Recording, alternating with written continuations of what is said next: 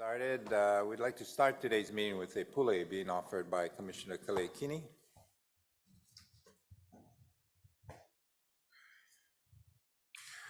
Good morning, everyone. Let us pray. Our Heavenly Father, we thank you so much for bringing us here together safely on this very beautiful morning.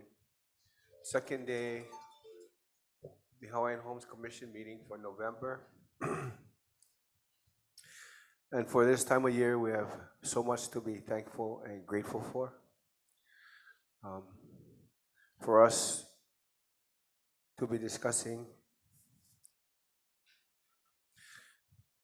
and perpetuating and getting our folks back on the land,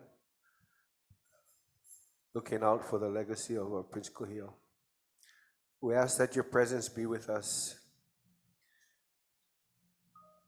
Give us wisdom,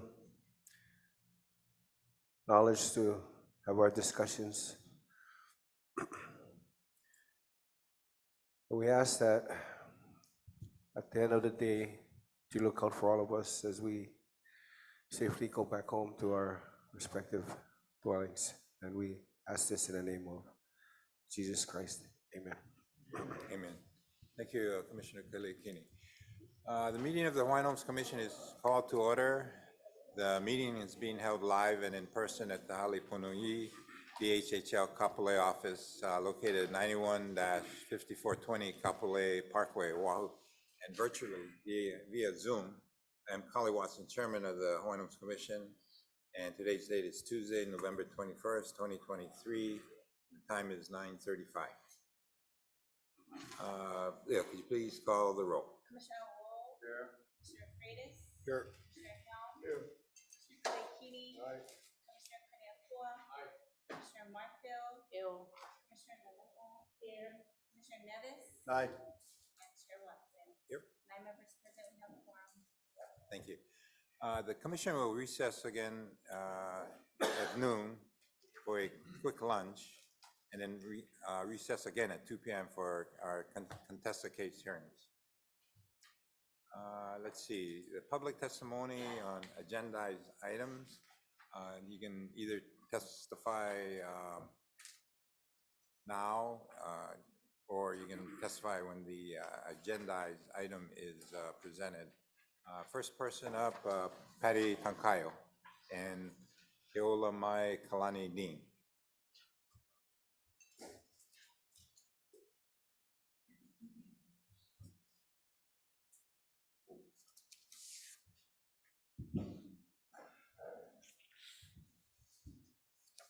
Aloha, Chairman Watson and Commissioners.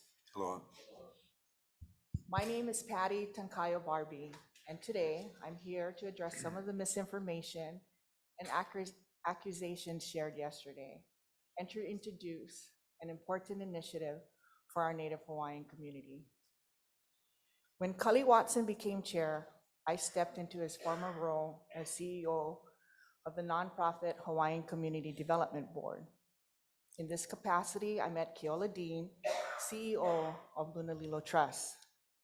This marked the beginning of our collaboration aimed at addressing the pressing need within our Native Hawaiian community, kupuna housing.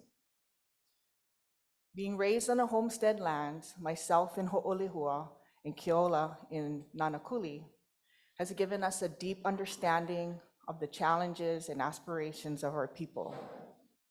Many kupuna on the DHHL waitlist, as well as those currently living on the homeland, face difficulties due to limited earning potential and the physical demands of home ownership. To ensure transparency and avoid any conflict of interest due to my history with Kali Watson, I founded Ikenakea Homestead. This organization is solely dedicated to developing kupuna housing projects for Lunalilo Trust. Our collaboration has resulted in a memorandum of understanding to develop 10 transformative kupuna housing projects across Hawaiian homelands. Each project will offer support for independent living of our kupuna a facet that Keola will further detail. A notable aspect of these projects is the inclusion of PEVA spaces, conceptualized to foster cultural transmission and connect kupuna with Opio. These projects are also committed to revitalizing communities with a focus on homestead employment opportunities. At a recent OHA meeting in Papakolea, I proposed OHA funding of approximately $1 million per project through a sample budget. However, I must emphasize that these funds are not yet secured.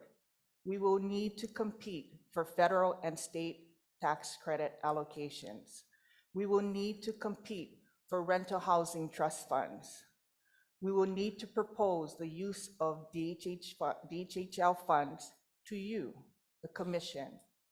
Rest assured, there are no backdoor dealings or improprieties with OHA or DHHL. I was raised to rely on my intellect and the merits of a project, not connections or who I know. We're actively collaborating with homestead associations to identify suitable locations and garner support. The Kalama'ula Homestead Association on Molokai has already shown its full support. We are also engaging with other homestead leaders statewide and inviting more to join us in this endeavor. I urge those in the audience to collaborate with us in addressing this housing crisis and finding solutions. Furthermore, these projects will not request to utilize any of the $600 million allocated to reducing the wait list. These projects are specifically designed to aid our kupuna who are unable to afford a homestead or find difficulty in maintaining their current homes, providing them with a dignified, safe, and affordable living option. This initiative stands as a testament to my unwavering commitment to our kupuna, our culture, and the empowerment of the Hawaiian communities. Thank you. Aloha kako. I am Keola Maikalani Dean, Chief Executive Officer of the King Lunalilo Trust and Lunalilo Home. I grew up in Nanakuli on homestead land, and then went to Kamehameha, and then went off to law school and practiced law for 9 years on the continent, and then practiced as a Medicaid policy expert in Washington State for another 9 years before coming back home to take over as CEO of the Lunalilo Trust. When I came back and preparing for taking the helm, I learned the language in the will does not refer to Lunalilo Home at all. It refers to erecting one building or buildings for the use and accommodation of the poor, destitute, and infirm Native Hawaiians, giving preference to kupuna. When I read those words, I realized that the mission that trustees back in 1883, all of whom were haole, had chosen for the trust was misguided or at least limited. Of course, Lunalilo Home is an important institution for Hawaiians. But in this age of a housing crisis, our mission is much broader.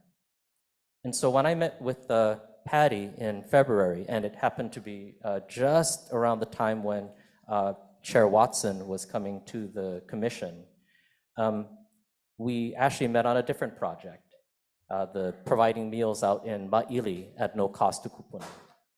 But we quickly realized that our vision for communities for kupuna that are affordable in this time of a housing crisis, we were very aligned on that mission.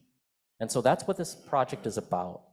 This is about Lunalilo taking care of kupuna and working with Patty Tankayo and her team. And yes, she has worked to address the conflict of interest issues, but this is about my institution working with Patty and her organization that has a unique experience using low-income housing tax credits for affordable housing for Hawaiians. And so I want to leave you with that. And I'm always welcome to, or happy to answer any questions you may have here or, at Luna Lilo Home. Mahalo nui loa. Any questions? Any questions? How is your project in that Uluvehi, Ulukekukui, that kitchen project where you're providing food for the elderly? How's that going? It's going really well. So we have secured funding from Papa'ololokahi, Queens Health System, and most recently, Kaiser Foundation to fund kupuna meals for kupuna out on the west side from Makaha to Kapole at no cost to the kupuna. But these meals are kupuna tailored meals, which means that they are low sodium, low sugar, healthy. And these meals are also local style, so you're not going to get any filet mignon or anything like that. But this has been a true success for us in that this is our first foray off our campus, providing meals to kupuna in need. And our focus has been on collaborating with the different Hawaiian homesteads on the west side so that they have identified the kupuna in need and then connected us so that we can provide the meals that they or their volunteers help deliver. So it's been a great success. Thank you, Chair. Hey, and Patty, how's that Ulukekukui project going? Last month, we finally were awarded rental housing revolving funds from the state. It took us several applications, but we stuck in there. So we should be, well, actually, because of interest rates going so high, we're having to get really creative and try to figure that out, but we should be starting very shortly. And, thank you very much, Chair. Hang on. Commissioner Wall? So I'm going to ask that you be patient with me. I'm moving a little slowly this morning. But I did want to speak first on the values that we agree on, kupuna. Like you, I was raised in the Hawaiian homeland in Waimanalo. We were also responsible for caring for my grandmother and my grandfather. So I have been around that value system. I appreciate it and I support it. That's the kuleana that we should all be willing to carry. Where I get a little concerned, and I want to emphasize, this is not intended to question the integrity of your purpose, but this goes to our purpose. And when I hear memorandum of agreement, it does raise a question for me as a commissioner. And I say that because while this memorandum of agreement is being formulated, we're not aware of any proposals. We're not subject to any kind of workshop to inform us as you move forward. How do we collaborate and move forward with you? If we don't have the information to work with, that's a blind spot for me. And so this is what's important. When you're speaking to OHA, someone should also be speaking to us as well. Thank you. Mahalo, Commissioner. The memorandum of agreement is between Luna Lilo and Ike Nakea. So it was a way for us to start working together to try to put together this project and this proposal. We have always planned to come to the commission. We approached OHA first because we were trying to secure additional outside money before coming to the commission. So you can see the investment by the communities. We've also been doing outreach to Hawaiian Homestead Association boards. And so we have met with Kalama'ula. I've also met with Maku'u, the president and the secretary treasurer. And we've been doing outreach to other homestead boards. So we're not trying to sidestep the commission at all. We're just trying to do our homework so that when we come to the commission, our proposal is fully baked and also reflects the interests of the communities that we're wanting to work with. That's our intention with this. I hope that answers your question. Thank you. It does, and it is helpful, but please know, as a result of your collaboration with communities, we get calls with questions as well. What does this mean? What does this mean for us as waitlisters? How does this affect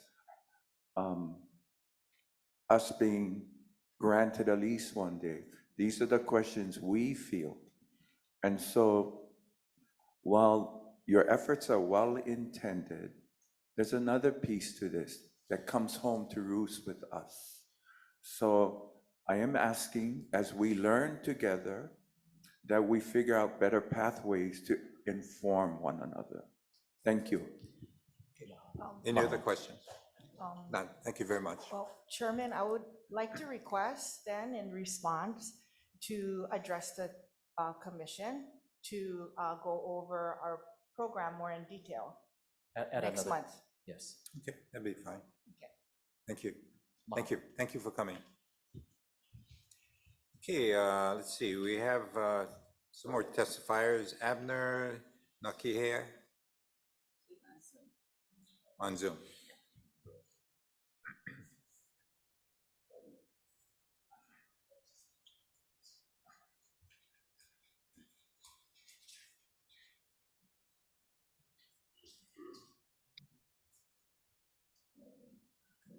Hello, can you hear me? Yes, we can, Abner. Oh, okay, yeah. Before I read my notes, I just wanted to say mahalo to all the commissioners, chairman, all the people that gave testimony and input. I think it was my second time listening in on the meeting.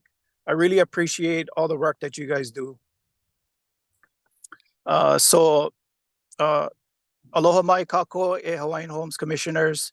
I would like to advocate on agenda items F1 through F10, C4, Section 3-1, and E1. My name is Abner Nakihe Jr., a Villages of Leali'i 1A homesteader in Lahaina, Maui. I serve as president of both the fledgling Honokowai Hawaiian Homestead Association and the 7-year-old Maui Homestead Farmers and Ranchers Association.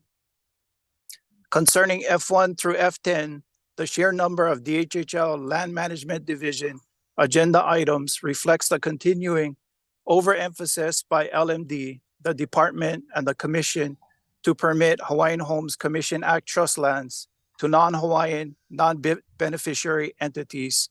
One can see such permitting at Kalailoa Parcel 3, Shafter Flats, Waiahuli, and Kauai High. More specifically, in the matter of agenda item F6 about a Waiahuli right of entry to the Department of Land and Natural Resources, I support beneficiary organizations over non-Hawaiian, non-beneficiary entities such as DLNR in managing and using our trust lands. Therefore, I am in favor of agenda items C4 and Section 3-1 on negotiating the disposition of homelands for commercial, industrial, or other business purposes to qualify Native Hawaiians prior to negotiations with the general public. I support this proactivity by the Office of the Chairman to prioritize trust lands permitting to fellow beneficiary entrepreneurs like myself and other qualified individuals of 50% Hawaiian blood quantum. With regard to E1 about Naiva Agriculture Subdivision of Molokai, I want to express my gratitude for the forward movement of homestead farm lots on the Friendly Isle and elsewhere in Hawaii, especially in times ahead at Honokowai, Maui. One hopes in the very near future. Mahalo for your time. Aloha. Thank you very much. The next testifier, Princess Lehua Nani.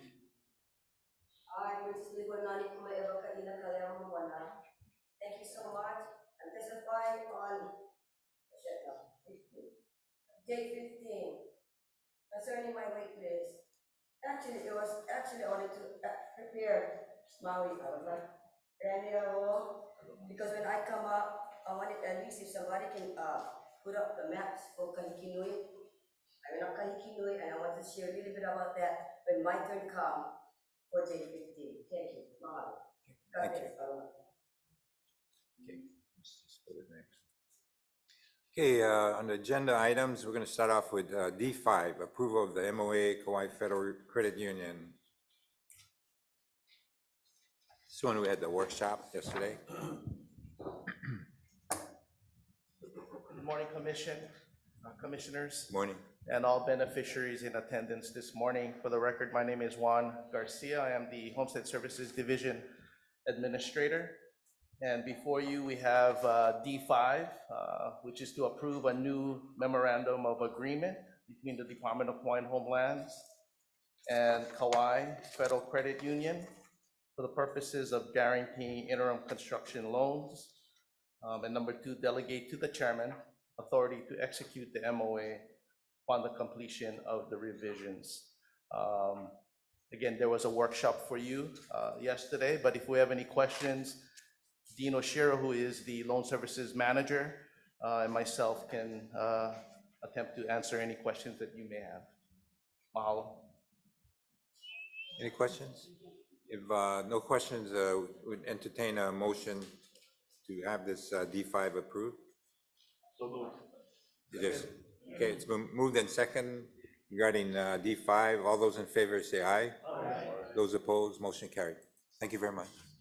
And item D6 is to approve a new memorandum of agreement between the Department of Hawaiian Homelands and Hawaii Community Lending for the purposes of guaranteeing Hawaii Community Lending mortgage loans to department lessees, subject to review and approval of the MOA by the DHHL unit of the Department of Attorney General. And number 2, delegate to the chairman authority to execute the MOA. You want to explain this one a little bit more?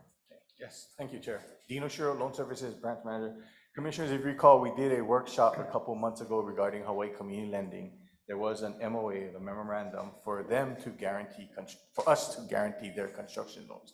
This is a separate MOA for them to do permanent mortgage loans and which the department will guarantee. So it's separate. Yes, the other one was for just the guaranteeing of interim construction loans. Now we're guaranteeing permanent loans with takeouts, or if they wish to do whatever loans they want to do. Okay, Jeff Gilbert, would you like to testify on behalf of this motion? Sure, thanks, Kali and Commission and Dean. Yeah, as Dean had shared, we are moving into doing our own direct mortgage loans as a native CDFI, Community Development Financial Institution. We secured funding from USDA, so we will be doing a USDA type mortgage loan. I'm not sure what the MOA before you has in terms of specific terms, but what we, because I haven't gotten a chance to review the final version of it, so I just want to make sure. What we've been approved by USDA to provide are mortgage loans up to 33 years, a 33-year term. And our interest rate will be 1% below the USDA rate at the time of scheduling closing, which right now would put the interest rate around 4% for beneficiaries. This is going to be an affordable mortgage product for families under 80% area median income. And where we know USDA has a lack of capacity right now with staffing to even process loans, it's really why Hawaii Community Lending got chosen among 10 other native CDFIs across the nation to do this demonstration program. And so coming to you folks, hopefully to move forward on this MOA. Again, I want to highlight that we're seeking for a 33-year term on our mortgage loans. And again, just mahalo you folks for your consideration and your continued partnership. Are there any questions? If not, I'll entertain a motion for D6 approval. So move. Okay, it's been moved and seconded regarding D6, approval of the MOA for Hawaii Community Lending. All those in favor say aye. Aye. Those opposed, motion carried. Thank you, Jeff. Thank you, Commissioner. Thank you, gentlemen. Okay, we'll start with the J agenda. We got a pretty long J agenda. You know, I know everybody wants to get an opportunity to just talk, so if you can kind of get to the meat of your testimony and just be somewhat respectful of the others and stay within the time limits, appreciate it. Okay, the first person, Jermaine Myers.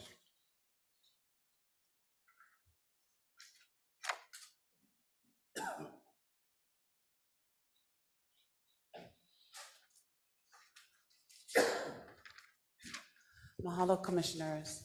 After my presentation, in your email inbox, you should have the presentation support documents and videos of my presentation today. Aloha, Chair Kali, Commissioners. My name is Jermaine Myers. On February, next slide. On February 22nd, 2023, Chair Kali Watson was nominated for chairperson of DHHL, GM 524. On March 16th, the Senate Hawaiian Affairs Committee advised and consented his nomination, which I had supported as well.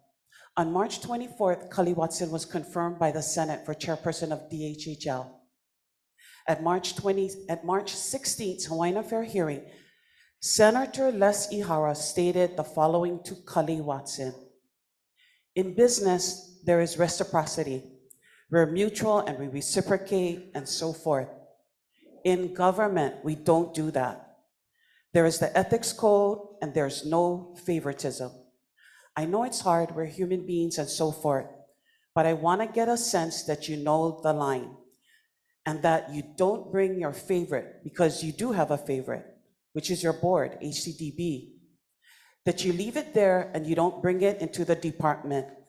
Not only is it technically you're not being paid, but you don't maneuver it and use your resources and your discretion." He also told Kali Watson, "You know we tend to work with our friends. In the private sector, you can do that. But in the public sector, I would encourage you to let go of that and let them work it out, and that you don't have your hands into it. A nonprofit is a good thing, yet it is still a corporation. The difference is, besides the public profits, it still has assets that you can double and triple." Next slide. The State Ethics Code, Chapter 84, applies to legislatures or employees of the state of Hawaii. You are an employee if you are an appointed officer, a member of a state board or commission, etc. I have concerns of violations by Chair Kali Watson, and specifically the Ethics Code in regards to fair treatment, assisting or representing persons or businesses, and state contracts. Next slide. Example under fair treatment, the Ethics Code states, "You may not use your government position to secure or grant unwarranted privileges, exemptions, advantages, contracts, or treatment for yourself or others." Next slide. Also, example under assisting or representing persons or businesses, the Ethics Code states, "You may not assist or represent a person or business before a state or county agency for a contingent compensation. You may not assist or represent a person or business for compensation before your own department or agency, or on matters in which you participated or will participate in your state capacity. You may not assist or represent a person or business for compensation before any state or county agency if you have official authority over the state or county agency." Next slide. An example under state contracts, the State Ethics Code states, "A state agency may not enter into a contract with any person or business who is assisted or represented by a person who has been an employee of the agency within the preceding 2 years and who participated in the subject matter of the contract." Next slide. According to Kali Watson's resume of GM 524, which is on the top, from 2003 to present, he was the president and CEO of Hawaiian Community Development Enterprises, LLC, which is the for-profit arm of nonprofit Hawaiian Community Development Board, HCDB.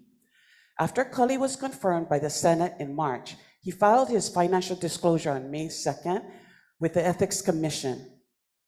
On his disclosure, he only reported one business entity, Cully Watson Inc., a for-profit private consulting company.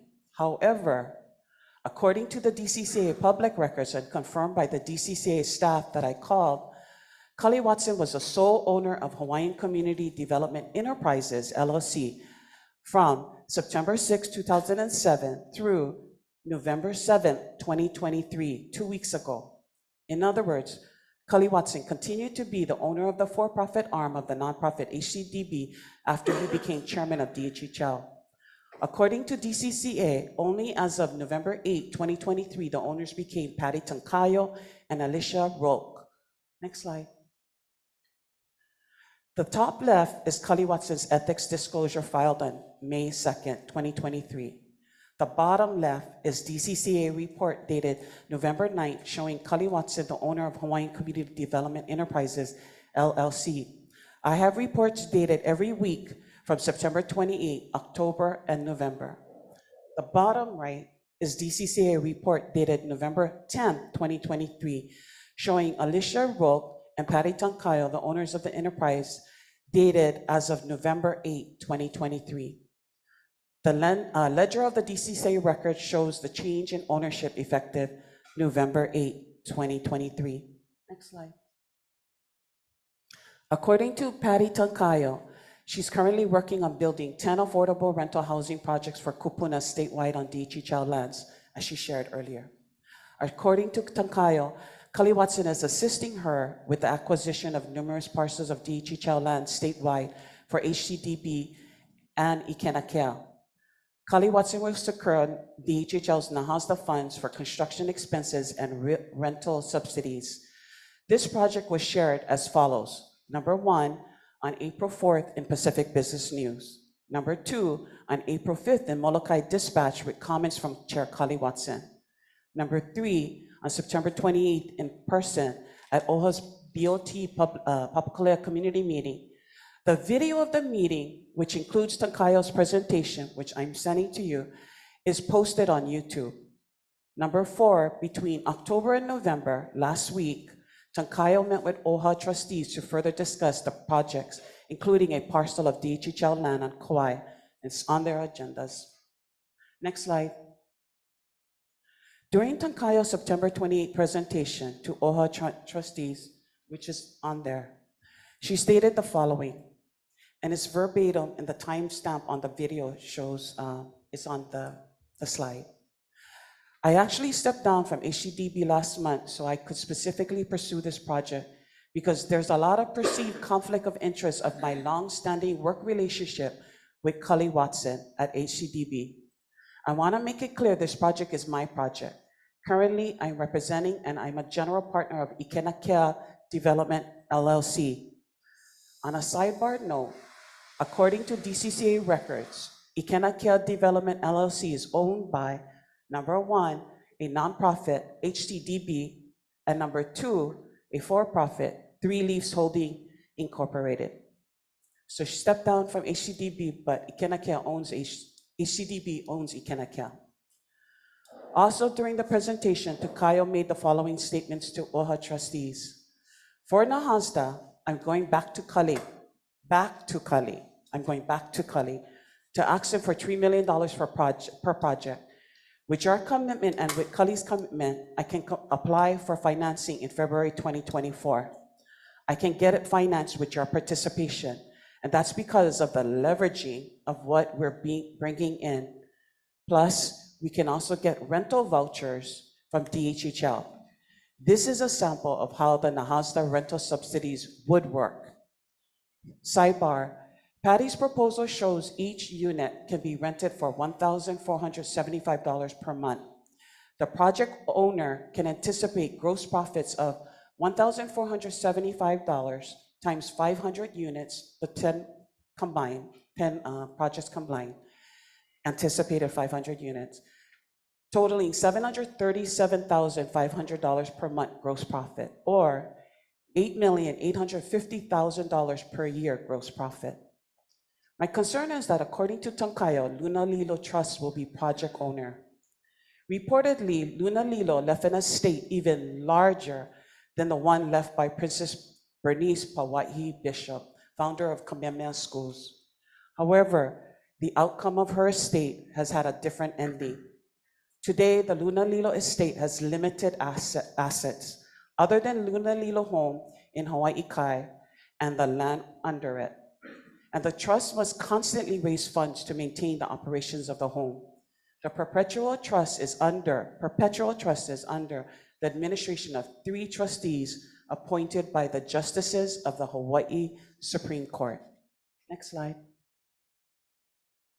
Tankayo proposed 10 projects statewide, with 3 on Oahu, 3 on Big Island, 2 on Maui, 1 on Kauai, and 1 on Molokai. Tankayo made the following statement to OHA trustees. For the island of Molokai, we went there first because that's my island. Kalamaula Association helped us identify a site. For the Big Island project, this one will have all the bells and whistles. Next slide.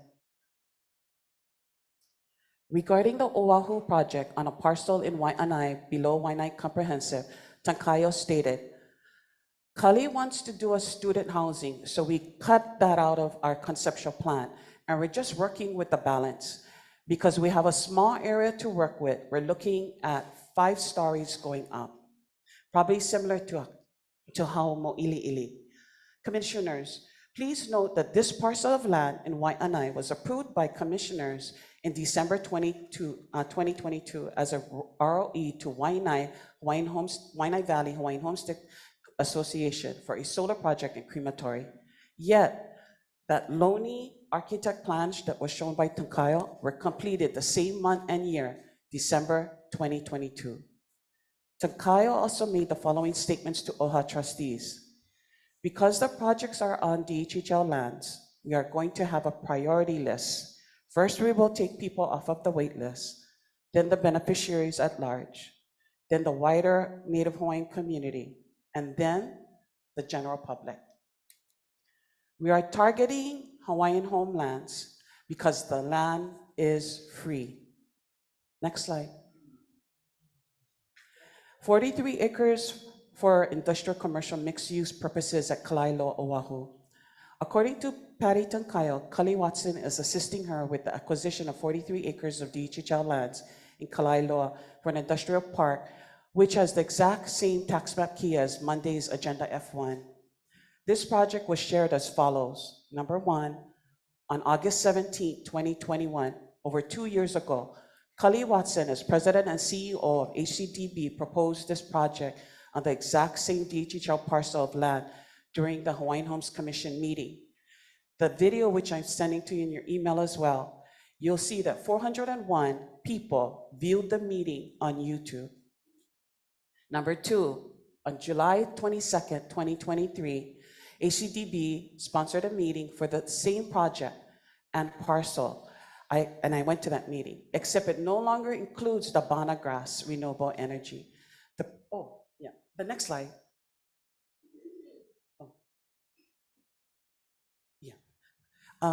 Except it no longer includes the Bana Grass renewable energy. The presentation included a timeline where Tankayo anticipates securing the contract with DHHL in September 2023 for this project and parcel. And number 3, you can leave it here. And number 3, on July 23rd and 24th, 2023, Tankayo responded to my questions via email. Tankayo stated she's working on creating a nonprofit, Kahua Ho'oulu. As of today, doesn't exist in the federal IRS nonprofit list or the state DCCA records. Per Tankayo, she's creating a nonprofit, Kahua Ho'oulu, with 3 board members, officers. Number 1, Patty Tankayo, Chairman and Director of Economic and Real Estate Development. Number 2, Iolani Hamakua, Ku'oha, Vice President and Treasurer and Director of Culture and Education. And number 3, Jay Danner, Secretary and Director of Policy and Self-Determination. The picture's on the bottom. Sidebar, on the DCCA 2023 filing for HCDB, Jay Danner became a board member on October 9, 2023, and Iolani Hamakua Ku'oha became a board member on October 10, 2023. Next slide. Hawaiian Community Development Board, HCDB, consists of 9 board members, of which 6 are new members, as of September and October this year, 2023. HCDB holds the Uluke Kukui contract since 2019 to renovate. Without commission approval, they took the liberty to use it for a transitional shelter, and some tenants received Nahasda rent subsidy. As shared earlier, Ikenakea Development LLC has two owners, HCDB and Three Leaves Holding Inc. Jesse Watson is the Secretary Director as of March 28, 2023. Three Leaves Holding is the co-owner of Nanakuli Village Center. Next slide. Uahi Development LLC with general partner Uahi Ridge Hui LP have four owners. HCDB, Wa'a Partners LLC, which is managed by Patty Tankayo, Three Leaf Holding, and Mark Development Incorporated. Mark Development Incorporated were awarded Act 279 development agreements for $11.9 million for Kaupea Phase 2 and $19.3 million for Waialua Mill Camp. They also manage Halemakana o Nanakuli. Next slide. Uahi Development 2 LLC with general partner Uahi Ridge Hui 2 LP have three owners, HCDB, Three Leaf Holdings Inc., and Mark Development. Nanakuli Kauhale Development LP have two general partners, HCDB and Nanakuli Kauhale Holdings LLC. I'm almost done. Nanakuli Hawaiian Homestead Association, a community association, has HCDB as its agent. Last slide, next one. Laulima Maili LP has three general partners, HCDB, Three Leaf Holdings Inc., and Hawaii Pacific LLC. HCDB manages HCDB PIKEA 1 LLC, HCDB PIKEA 2 LLC, and HCDB Uahi 1 LLC. Next slide. Kia kupu, God bless all of you. Thank you. And then I'll email you. Thank you. Okay. The next testifier would be Charlita Mahoy.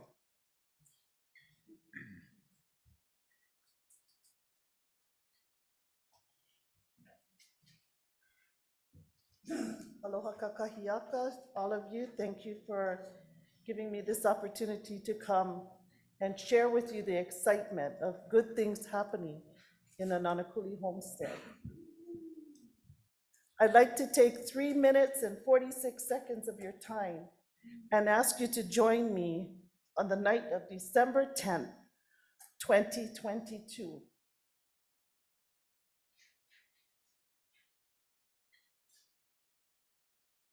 No? Yes.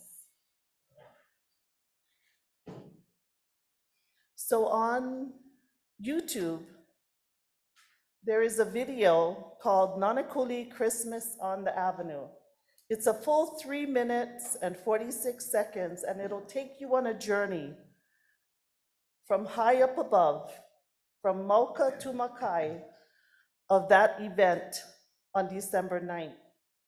Why I come to you is because one of the requirements in obtaining the permit from the City and County of Honolulu was to get support and acknowledgement. And Chairman, thank you for participating in that.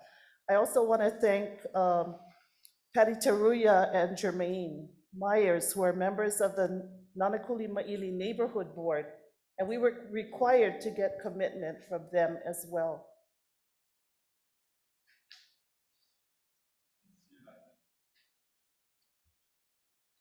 The event happened with many, many volunteers, many of them like yourselves that put in hours into organizing and planning of this event. If you can imagine 8,000 to 10,000 people on the street, Nanakuli Avenue between 3rd Road and 6th Road. 80 plus vendors, 2 full entertainment stages, and many people doing their shopping while we showcase the crafters and food vendors from our community.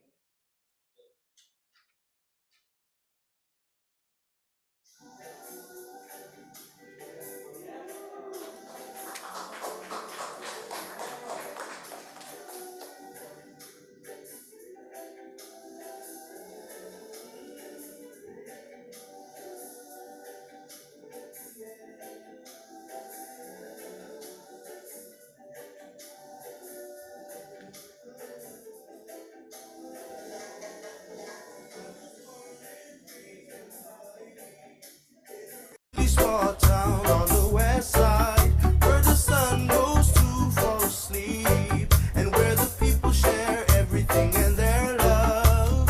Take a drive down Farrington Highway, then you'll see why I'm proud to be from Nanakuli. I am proud to be from Nanakuli. It is the only place that I really where I wanna be. Want to be, want to be. I am proud to be from Nanakuli.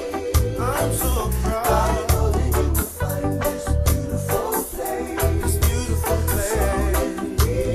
So unique. So unique. When I wake up early in the morning, I can feel the sun rays over Collie Ridge. And when this happens in Nanakuli, it's a sign that it's gonna be a beautiful day. When you find yourself stuck in this place, I'm sure you will never wanna leave Nanakuli. I am proud to be from Nanakuli. I'm so proud. It is the only place that I really wanna be. Want to be. I'm so proud. Proud to be from Nanakuli. I know that you will find this beautiful place. So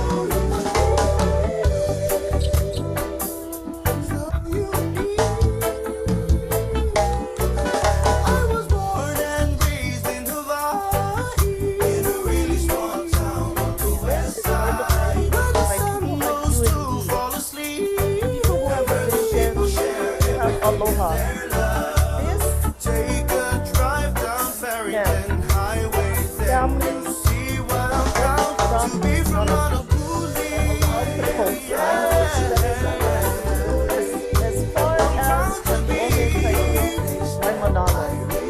And it's something that each and every one of you is proud of, because without your support, you could not have done it. Chairman Watson, I believe you were there and participated with Nana'ikapono Protestant Church. And I'll tell you something. In this event, a project called Operation Blue Light Christmas, they provided over 1,000 gifts. Children from 18 from their family. Now, how amazing is that? How amazing is that? This year, we're going to do Operation Blue Light Christmas Hanaho one more time. Pastor Alan Cardenas and the Protestant Church are looking at not 1,000, but 2,000 gifts. Can you imagine how good that feels to see our keiki come and get maybe the only gift they might get for Christmas? It was a true blessing. This year, the date, put it in your calendars, please, December 9th, from 4 to 10 p.m. From 4 to 10 p.m. The organizers, Ahupua'a o Nanakuli, co-sponsored by the Waianae Economic Development Council, have worked hard to make this event happen. Why is Waianae Economic Development Council involved in this event? They hold all the financial management for it. So what does that mean? We touch $0. It goes directly to them, and they are accountable. 2022, 0 incidents. 0. None. How did that happen? Special duty officers are our number one concern, is that we have enough special duty officers there to support any incident that occurs. We also work very closely with the Honolulu Fire Department to make sure that if in the event there is an emergency, that fire truck and ambulance can get within the perimeter of the event and get to the family or whatever incident there might be. So again, it takes a lot of planning and coordinating, but I encourage all of our homesteads, you can do it. It's a dream that you can make happen. And I've got to say, we've been, last year it was Chairman Ayla who supported us, and this year Chairman Watson. So thank you very much for that. Again, it's on YouTube. If you want to go home and take a moment to revisit the video, it shows you all that you need to know, you need to feel. Like I mentioned earlier, it's a huge family reunion. It's people saying, "Oi, I never see you 20 years. Where you been?" Right? So it's not only all the hard work, but the reward of it is that night when you hear people, neighbors, talking about being able to revisit old friends, old family that they haven't seen for years and years. So our sponsors include Hawaiian Electric. We also have sponsorship from all the schools in the valley, Nanakuli High School, Nanakuli Elementary, Nana Ikapono, as well as Kavaihona. One exciting thing that happened this year, for this year's event, we held a vendors meeting where vendors come and they can sign up. Well, it was held at the home of our president, Josiah Black Ho'ohuli. We started accepting applications at 5 o'clock for approximately 88 vendor booths. We sold out on the very first day. People were lined up with their chairs down the sidewalk, waiting to have a chance to have a booth. And that's the kind of pride we have in our homestead. Now, one last thing. This year, we are introducing what's called the 93-year legacy. How many of you have ohana that were the very first settlers in Nana Ikapono homestead? I do.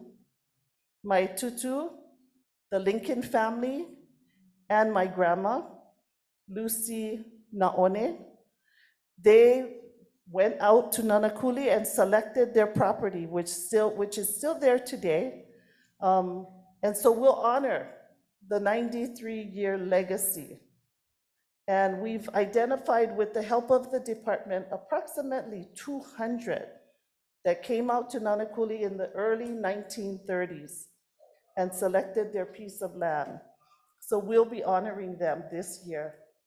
If you have any questions, don't hesitate to reach out.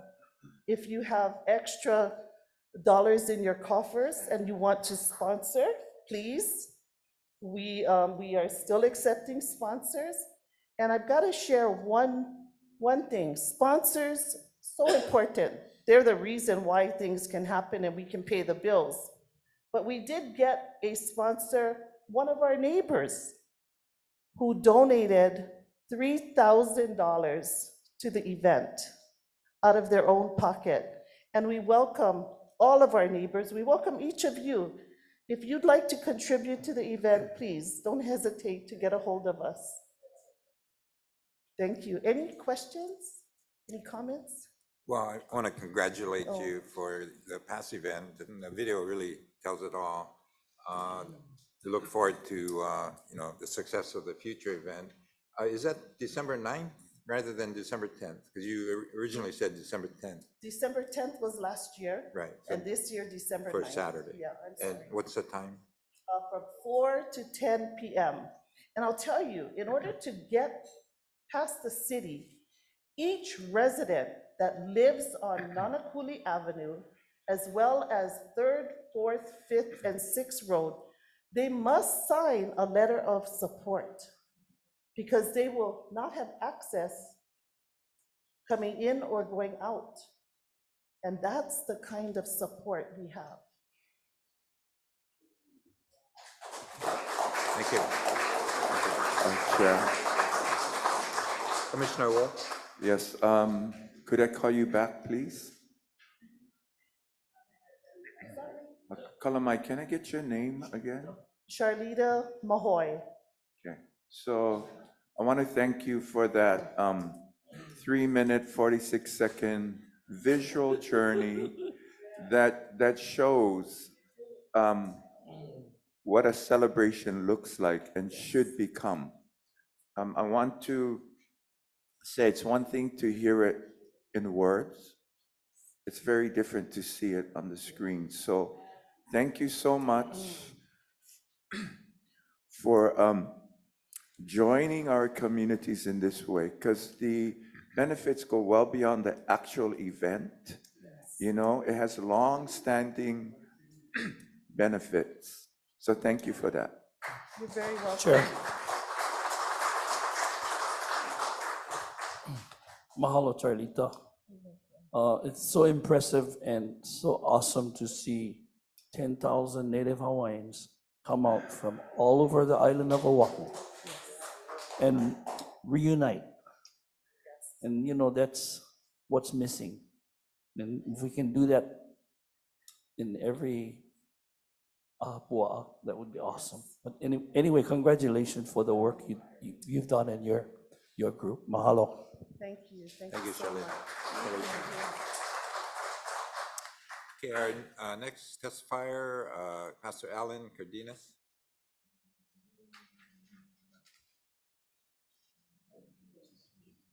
Aloha, Chair, Commissioners. Can you folks hear me? Yes, we can. Thanks again for allowing me to be here. If I can share screen, I'd like to share a couple of slides with you. For the record, I am Alan Cardenas Jr., grew up in Nanakuli Homestead above the high school. I'm a pastor at the Nanaika Pono Church, part of the Neighborhood Security Watch team, a coordinator out there, and a strong supporter of Christmas on the Avenue, Operation Blue Light Christmas. I commend our community for working hard, people like Charlita coming together. We need to learn how to celebrate all that's good in our communities and be intentional. Darkness is not the problem in our communities, lack of light is. So great job, Charlita. Thank you for sharing. And we want to encourage all of you to come out and join us on December 9th. It's going to be a great time. Just want to share a couple of things, updates from our Neighborhood Security Watch. We really need you guys' help. Part of our Neighborhood Security Watch is a partnership with the Honolulu Police Department, primarily with District 8 from Makaha all the way to Ewa Beach in a Kapolei area. A lot of our leaders and our teams are from the Homestead area. So one of the things that we do is we go out there and work to prevent, deter, reduce crime. One of the things that we're involved with is restorative justice. So a lot of the men, Native Hawaiian men coming out of prison, breaking that cycle of addiction and drugs and abuse and so forth. And we work with them and we recruit them. On this slide, if you can see, the people in the red are people that have come out of jail. And we work together to give back to the community. The Operation Blue Light Christmas, a lot of guys that was helping out to distribute the gifts with the police officers was all these guys that used to steal from the community. So it's amazing. It's the guys that used to steal from the community, terrorize the community. Now they're part of the solution and giving back. And what a powerful partnership, ex-gangsters and police officers. And the thing I like the best, the guys that spent like 26 years riding in the back of the police cars, they get to ride in the front seat and go and give present. It's crazy. It's insane. But that's the things that we're doing, commissioners. But we need you guys' help. We're working on just different ways of tackling the trafficking problems and all the other problems. But really our kuleana is to find positive, productive solutions. Anybody can find trash in a community. For us, you like find trash, go PVT, go Waimanalo dump. But in our valley, get plenty treasures. And you got to hear from one of them, Charlita Mahoy. But we need you guys' help, commissioners, because we do have some issues in our community. This is right there by you guys' building. We're in the Kanahili Homestead. We're going to go walk out there that night. So we come together, we pray, we pull it, and then we go out and we shine the light. where we need you guys help in these 4 areas. Get plenty homes that we need help with, but here's the top 4. I'll just go a brief rundown. This is a presentation from March 21st. I'm just recapping because we still need some help.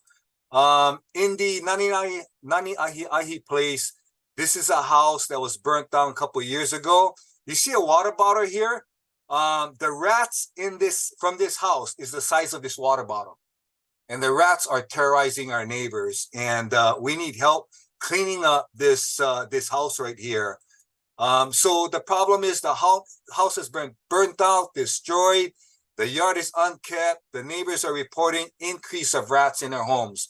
The solution is, I believe Juan was on it, working with the commission to find a qualified successor and then find a contractor to demo the property and clear it out so we can get rid of that nuisance and all that rats and unsafe home.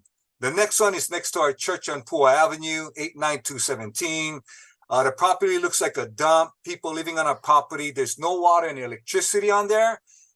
It's unsanitary conditions. It's a health and environmental hazard as well. The person that burnt down the home on Nani Ahi has been seen squatting on that property. There's 3 other individuals that has been tied into some of the violent crimes that happening on the coast that had been seen at this property. This property is a magnet for darkness. A 4-year-old girl on February 10th was threatened with a knife from one of the guys on this property. Solution is, I believe the team at DHHL was, and again, I thank Kip, I thank Juan, they're very good in coming out, but we still need that property clean out and find the successor. I had volunteered, if need be, to get the roll-off, heavy equipment, manpower to do what we got to do to clean it out. So, but we need the department's help. We need the commission's help. Third home is, again, Kelowna Avenue. This is one of the darkest areas in our community. Neighbors still living in fear because some of the activity still ongoing. I believe you folks had a contested case hearing. Not sure what was the result of that. Our community and the neighbors there are still struggling with people living on that property. Patty Turia have brought this up a number of times, but anyway, this is the 3 in Nanakuli. The hot spot right now in the Kanahili area is this home right here. Again, I believe you guys had this on record. Numerous complaints, violence, squatters, chop shop, human waste, disgusting and sanitary conditions. Here at this property, this is one of the home cars that was damaged because of the illegal activity happening there. But more recently, last week, Saturday, November 18th, the homeowner's son had threatened a grandma that lived here in Kanahili homestead. Again, this is a picture of a number of vehicles at a home that still has no electricity and running water. So, and this home has a history of shots being fired from this home. And that's one of the biggest concerns now with all the violence and the shots and the shootings. This is our concern, commissioners. We could really use your leadership and your help. Again, we need to help. Is there a way to use the nuisance abatement law to quickly and permanently stop all of this in our homes? That's just 4 homes that we have our eyes on. That's the priority. There's others, but we need your help. If we can shift this homes, then we can really make a difference. Again, thank you. We need your leadership, commissioners. We need your guidance. Again, staff doing the best that they can there. Looking forward to working with Chair Watson, helping to make our community safe. I don't want to leave on a bad note, so I want to go back to Operation Blue Light Christmas. Again, December 9th, come out. It's going to be good. Would be great, even if Commissioner Awa, if you're on the island, you fly in, you can join us, help us pass out gifts, share the aloha. We want to invite all of you commissioners. Come. Hopefully, you guys going to be like Kelly Boy de Lima. He came the last time. He was so excited. He started one on the windward side last year. And now we're starting another one in Papakolea. And the people in Mililani starting there. So hopefully this can be so contagious, like the coronavirus, so contagious that you guys come within 6 feet, you guys catch the aloha bug and you take them back to your communities and spread aloha, not corona. So anyways, come join us. You see Patty Korea there, right? So the whole goal, Christmas time, is a good time for us to put unity back in community. Bury the hatchet, ora pilikia from the rest of the year, set that aside. Let's come together, work together. You see Juan there, you see Patty, see Juan in the department vehicle. It's a time that we can promote positive police, community relationships. Last year, we passed out 2,000 gifts, 1,000 gifts. This year, we're shooting for 2,000. Commissioners, ekomomai, let us look kahilau lima together. Let us spread aloha, not corona. And together, we can spread the spirit of aloha throughout the islands once again, starting with Nanakuli. So, my name is Alan Cardenas Jr., and I approve this message. Mahalo. Thank you.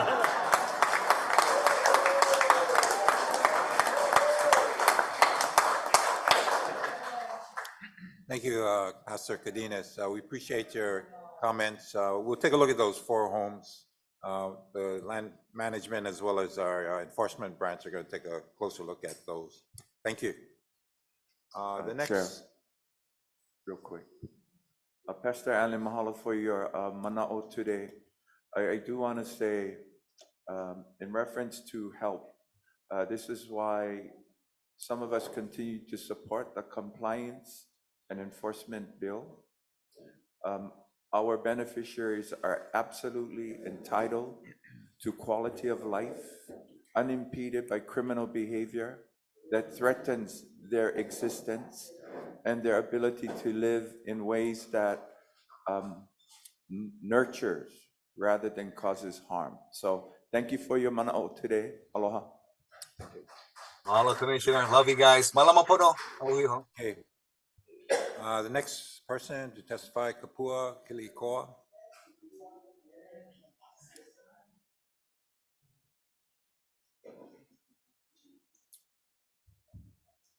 Aloha kakahiaka, o wau kapua kili ikoa kamai. Aloha. Ka aina ho o pula pula ka awa wa Wainai, Mayau. With me, I have our Wainai Valley Homestead Community Association, Peleki Kena, Jan Makepa. Wow, can't hear me? Okay, Yeah, sorry about that. And so I also have online with me Ali Andrews, our consultant from Wainai Sustainability Cooperative, and Auntie Laurie Buchanan from the West Oahu Funerary Services. I'm here speaking to give you folks an update on our project at the aforementioned site that Jermaine Myers had previously showed us. I do want to mention that I did have concerns knowing that our chairperson had other plans, but I also recognize that last year when we came before you folks, we were clearly stated that our approval was for the rooftop. But it was very disheartening to see that there were other plans that included raising the whole area, in which case we would not have the rooftop, for which we have spent over 2 years planning and putting together. So it's, I recognize what was approved for us. I just don't appreciate the other plans that would have completely wiped it out. I'm here today to say that the Wainai Sustainability Cooperative is ready to move forward to the next level so that we can actually get site control and we can actually get more hardcore the finances to do the development that we need. We have been working with the department staff, and so I think I'm gonna leave it at that because I also wanted to save some time for our Peleki Kena and for Laurie Buchanan, who has a crematory service. Now, this crematory service is not available on the west side. I think the only crematory services we have is in Honolulu and beyond. So this service in our Waianae Moku would not only service the beneficiaries, many of which are in our Moku and also in Kapolei now. So this is a need on that industrial zoned site. The zoning is so important when it comes to businesses like a solar farm, which can go on agriculture land, but for something as important and as highly utilized by the Hawaiian people and people of the community as cremation must absolutely be in Waianae when we have a Hawaiian beneficiary that wants to serve beneficiaries and the community in which it sits and the island on which it is. So I reserve time for my other partners and collaborators. Mahalo. Aloha Commissioners and Chairman Kaliwatson. Again, my name is John Makepa. I am interim Pelikikena for the Waianae Valley Homestead Association. And I am here to support the Waianae Sustainable Co-op as well as Auntie Laurie's West Oahu Funerary Services. We see many benefits coming from the co-op, benefits that will give discounts to anywhere from 70 to almost 90 homes up in our homestead, with the vision of expanding outwards, not only within our homestead, but outside of our homestead and in our Waianae Moku. And so we all know the struggles that a lot of our families have, even with paying the electric bill. And so by some of the benefits that the co-op will bring to our community, just having that little bit of discount every month does add up, and it does help for these families. As far as Auntie Laurie's West Oahu Funerary Services, hers as well, it is a direct benefit to our beneficiaries, but it is also a direct benefit to our community as a whole. We all know that when we travel the coast on the weekends, we see all of these celebrations of life that are at the beaches. And a lot of it is because our people cannot afford to have funerary services at mortuaries. It is just too expensive. A lot of our families have also gone with crematory services as opposed to burial, because again, you know, to buy a lot is, or a plot is expensive, and to have these funeral services are expensive. What Auntie Laurie will bring to our community is the option to work with a Kanaka-owned, Wahine-owned local company that will bring these services to our community. There are a lot of ways that these families can go outside and work with other areas, but why not have something within our own community that can help our own community? Also, what Auntie Laurie brings to our community is an arm for other businesses and other entrepreneurs to have the opportunity to become business owners, to have things such as a florist for flowers, even to the point of even having party rentals for those that still do celebrations of life at the beaches, to have something, or if a company wants to do printing for programs, to have urns. All of these things are all an arm of what one organization or what one business can bring to our community. So it's not just Auntie bringing her crematory services, it is also all of the other things that come along with it. And so at this time, I'll give it back to Kapua so that we can go ahead and listen to Shake Energy with Ali and also to Auntie Laurie. And before we do that, I just wanted to add, although Auntie Laurie resides and is from Molokai, her daughter is a Waianae Valley Homestead resident, married to one of our young lessees. They are second generation, bringing the third generation on as well with their family. I also wanted to mention that there were some concerns last year regarding optics of having our services where it is due to the Waianae Coast Comprehensive Health Center sitting right above us. That is an optic, but it's not like we're gonna be having a big cremation building that's gonna be something shoddy. As a matter of fact, I'm sure Auntie's gonna tell us that it's flameless and that it's smokeless, and that the only way that the people are gonna know is because of the signage, other than those that are already aware of the service that we hope to have in our community. Like Jan had mentioned, this will be our first project, we anticipate, making it affordable. We are also looking at other projects on the private side and other Hawaiian homelands, because we want to serve not only the beneficiaries of our community, but the beneficiaries on Oahu, which means that we would need a large parcel of land. And we only want to go that far when we are able to exhibit and demonstrate success in what we do with this project. And we come to you for that opportunity of success.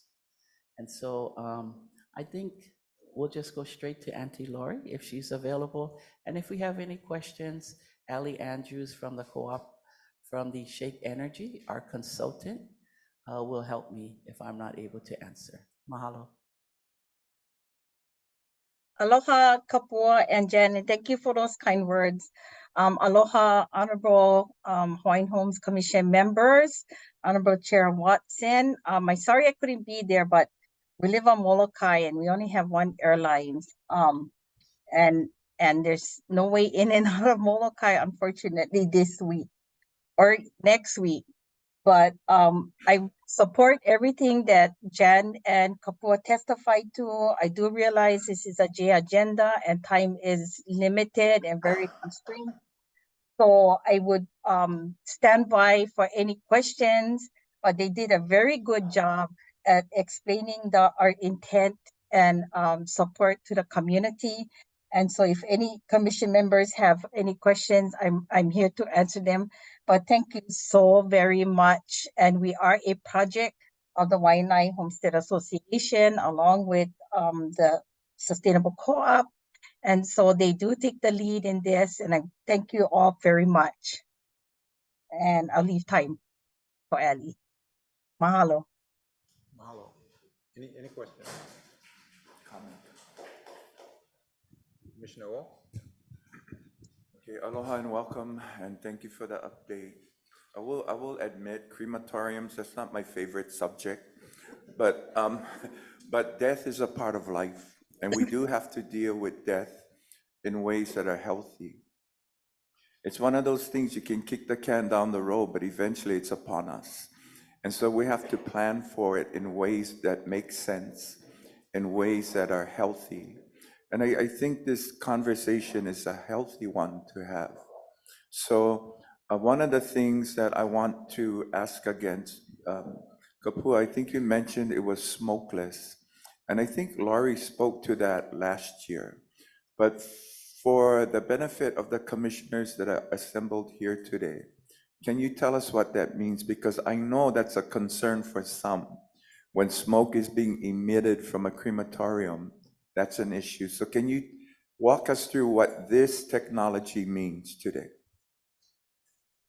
Okay, thank you for the question that gives us more time. And I'm also willing to do just a separate presentation for the commission at any time, similar to what I would do for any community member. The crematory, I think it's mostly the word that gets everybody, kind of like, whoa, it's a crematory. It is actually a retort oven. A retort oven means that it gets processed twice. So what actually comes out of not a very big stack, but a stack is it's actually a heat flume. So there's no visible smoke or ash emitting from this heat flume, because it is an oven. It's a retort oven. Retort just means it processes more than once. And so it's technology It's cutting edge technology. It's not similar to what the old technology used to be. It's quite expensive, but it does mean that the what you see coming out of the flume is probably nothing close to what you would see coming out of, say, a fuel type of issue, because it is a heat flume and not a smokestack. And I can demonstrate that at one time when you have more time. But thank you for the question. You're welcome. If I may, I'm visualizing like heat waves coming out of the flume, not that black, brown, gray, white smoke that one might think of old days. So that's what I'm visualizing, Lori. Question? Laurie, thanks, Chair. Laurie, question. So there's no smell during that process? No, the 200-page technical report that I have from the EPA for the specific unit in question, which also requires a clean air permit from the EPA, which we shall obtain, which we have obtained prior to in a different district. That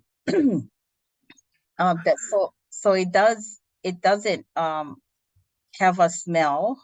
There should be no smell. There should be actually nothing that you could smell or see emanating from this heat flume. So, and by the way, Commissioner, thank you for the question, because you're the commissioner from Molokai. So you know from Molokai, we don't have a crematory on Molokai.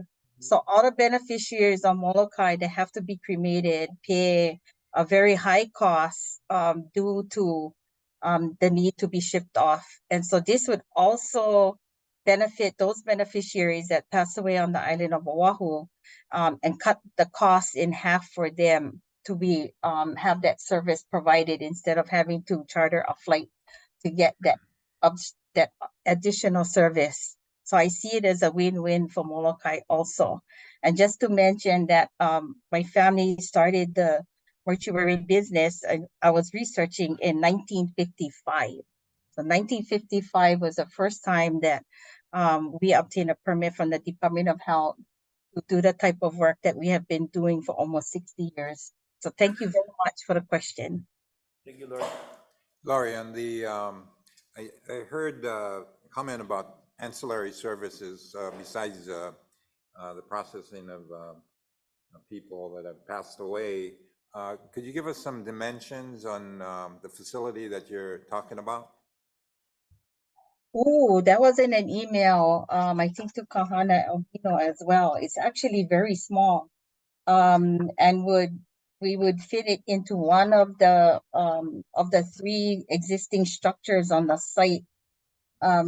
And it was less than 20 by 20. Now I have to go and search for that, but I can get you that exact information because I do have it in an email to the department, Chairman Watson.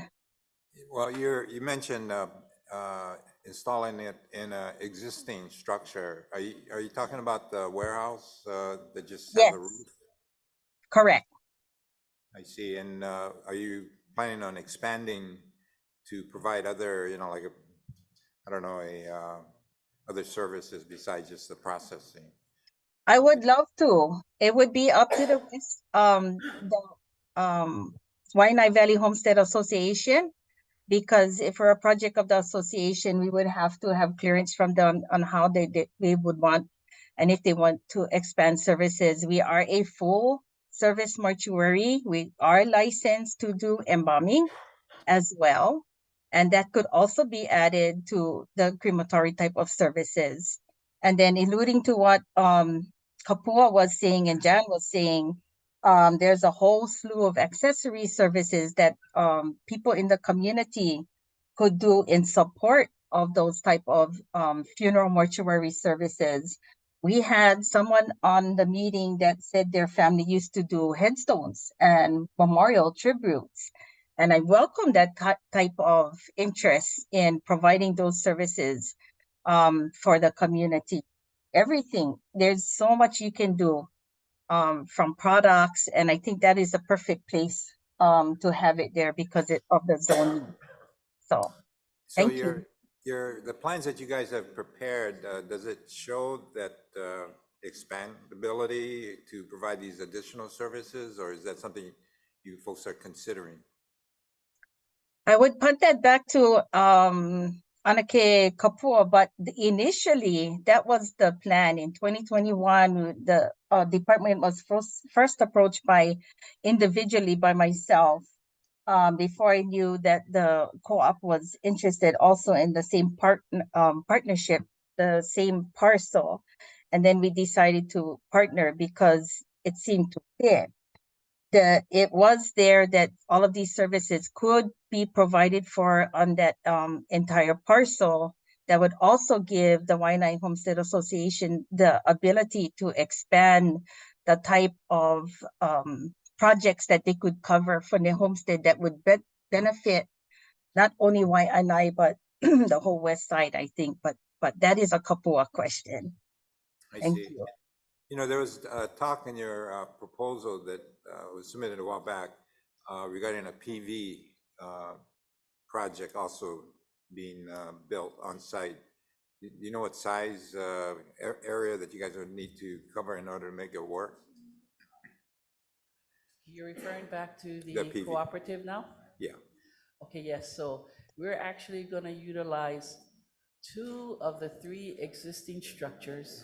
And then we also need to add 2 carport structures to meet we're making about almost 389 kilowatts of energy, all set together. We did expand from our initial assessment that we had done with our contractor. And by the way, with our contractor, when we put out our RFP, although we did have a larger, more established developer that had submitted a proposal for us, we opted to go local. So we are utilizing a Makaha developer because we're wanting to support local workforce, local people. So we are creating 335 kilowatts of energy. We're looking at 245 panels. Each panel is approximately 480 80 watts rated. So we've got on our carports 371 panels, and those panels will be rated at 585 watts.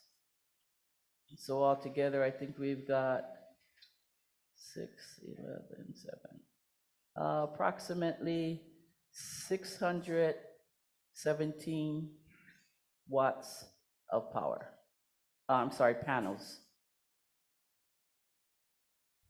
And then you'd have to multiply that by the various ratings that I shared as well.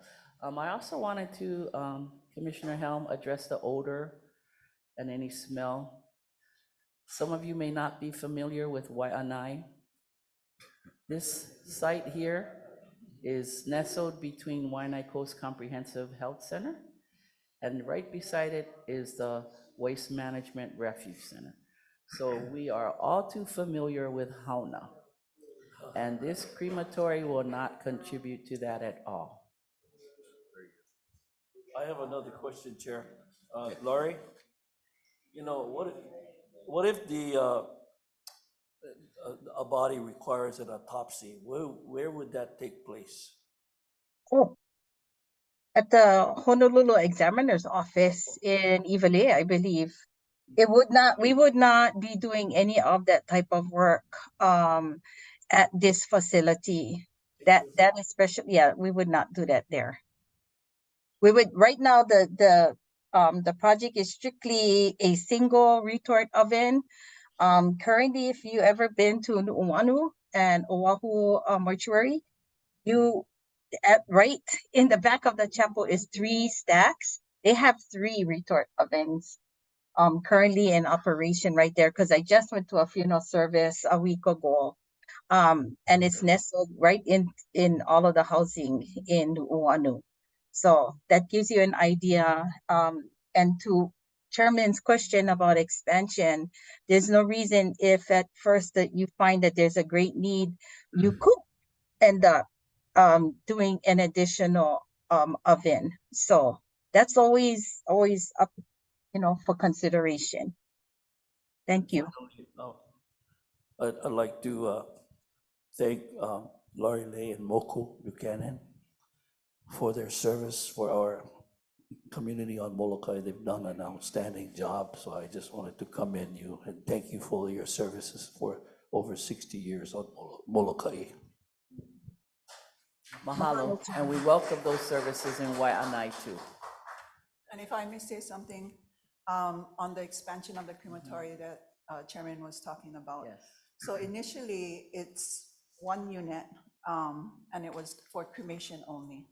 But our homestead is definitely open to the idea of expansion, and it is doable. Auntie Laurie, our homestead, the co-op, we are open to more community engagement to satisfy the questions and concerns that come with having a crematory in our community. Have you guys done any community engagement regarding taking surveys of the, especially those in close proximity to the site? Not yet. I apologize, we have not. Okay. Yeah, I would suggest you guys do that. Yes. If you can show that at least Yes. the majority are okay with it, then I think we'd be more inclined to, at least for me personally, be supportive of it. Yes, that's definitely in the plans. We're Any very other grateful questions? for that, Sure. Chairman. Also, last year, we only looked at what we were approved for. So if the commission would allow us the site access to move forward on these two projects, the Homestead Association, I believe, would love to entertain more space so that we could provide those ancillary wraparound services in one place. Ideally, even to have a venue, which would be short time frame, because as I mentioned, what our neighbor on the west side is, a refuge center. It's not all day, every day, but it's more than enough that you wouldn't want to spend too much outdoor time. But there are other, perhaps that third structure, because we had initially, in my mind, I was proposing that the Homestead Association go for the whole parcel, 2.67 acres. But the department had some other plans, and perhaps that might have been what had transpired within this time. But this association, over 45 years, this is the first request that we have made of the Department of the Commissioners. Back in the day of Maika Kane, where they had Kulia Ikanu'u, some of our board members attended that. That was great learning, but it didn't go far enough. We needed the personal project direct assistance, which Shake Energy provided us. It is Shake Energy, Ali Andrews, that has gotten us to this point. And Shake Energy has also helped Molokai's Oahu. So Shake Energy is making waves in our community, and I would like to reserve her services before she gets too busy for Waianae. So with your consideration and indulgence, we would like for you to consider the possible request of the whole parcel so that our board can go deeper into thought about what may or may not occur. And we will be coming before you with the staff. We are anticipating this to come before you next month. Okay, any other questions? Thank you very much. Okay, the next person up to testify, Liman Manaole.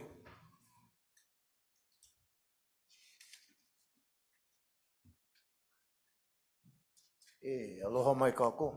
Yeah. Aloha. Man kalaya Manaole. And now of all the times, first of all, I'm co-manager of Ho'omanapono LLC, that we're an advocacy corporation operating out of Waianae Coast. And so part of what I'm doing here today is also part of my advocacy work that you can see, because I got 3 other people lined up to testify on this agenda. And but at first, I'd like to be able to give thanks and praise to Keakua, to be able to opened a way for me to even be here. A lot of people here know my past. I come from the prison system. I'm a state-raised convict from the streets, detention home, boys home, foster home, group homes, emergency shelter homes, and eventually I graduated to prison, did 28 years, and I don't know, I saw that report where you get ex-cons riding in the front seat of the cop car. I never did do that yet, so maybe that's a goal I can have. But praise the Lord for that I'm here. And I'm here because, in part to be able to redeem myself and also to redeem myself in the eyes of my mother. I am my mother's son. My father is Raphael Alphonse Connor. He's born and raised in Houston, Texas. My great-great-grandparents immigrated from Louisiana to Houston. So my father is Creole, Black French. But my mother is pure Hawaiian. And growing up, I only was raised by my mom. So God bless my opening to redeem myself. And last year, I got married to my beautiful wife over here, Aiko, Julie Aiko Manaole. I changed my name. I was able to do that. I never know you could do that when you get married, but it's on a form, you can change them. So I took my grandpa's name because my grandpa is the one that raised my mother, her 4 sisters, and her 2 brothers in Kaka'ako. And my mother was the son that my grandpa always wished he had. He taught my mother how to fight and how to run the streets the way she did. And she raised me in a tough way. So that was my life growing up. But I want to give thanks to my mother who passed away September 28, 1995. I was in prison and they never come tell me because of my violent outbursts. They was afraid that I was going to do something crazy. But my counselor took the chance to come talk to me. And I had to eat them all these years. In prison, I was an advocate for inmates. I learned how to read and write, and I learned how to do litigation. And maybe if the Deputy Attorney General go back in the office, she can tell you that I've been one of the pain in the ass for them since 1988. One of my cases went all the way to the United States Supreme Court, became a landmark decision dealing with due process rights for prisoners called Sandin versus Connor. I got multiple cases under my name in the court system, in federal, state, and the Supreme Court. But that's not about what I'm here today. I'm just letting you know my background, where I come from. So now I'd like to give honor and thanks to the people that's with me today. First of all, Auntie Maxine Kahaolelio, who is an awesome man of Wahine and have paved the way for us to be able to speak as kia'i for our lands. And so she's gonna talk next after me. She's a kupuna that I respect. And also Uncle Mango Stevens from Molokai. You know, I hope that he's able to be on today. He wasn't sure if he was gonna be able to make it. And then another kupuna who's just maybe 1 year older than me, but he's still kupuna. The old man behind me over here, Guy Gaspar. You know, and despite of all our personalities and our dreams and aspirations, everybody get a right to speak. So I'd like to say this to you. Like Voltaire said, he said, I may not like what you have to say, but I'm going to protect your right to say it. And that's how I operate what I do. So they're going to speak after I do. So I'm here to speak on the issue of indigent native Hawaiians. I'd like you guys get that concept in your head. Indigent native Hawaiians. Us guys is the guys that you guys don't even think about. Not on purpose. You know, I know you guys, I'm not blaming you guys for nothing, but when you look at the list of almost 30,000 people on the list, I was one of those people that had to turn down homestead 3 times. The reason why I had to turn them down was because I broke ass, bro. I can't pay no mortgage. I've been in prison all my life. I don't want 401k plan. You know what I mean? I don't more income that come in that allow me to pay any mortgage. So I cannot engage in none of the programs that you guys have to offer, whether it's homestead, pastoral, agricultural, or even industrial, which Brother Guy gonna touch upon. You know what I mean? So each of us here today is looking to be able to live the dream that Kuhil set for us Because the only real criteria is blood quantum. That's the only real criteria. That's what he even said that for. That's the deal he made in Congress.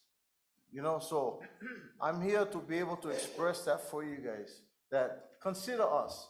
Now, granted, you guys all champion that you guys got the $600 million from the state for Act 279, and I congratulate you on that.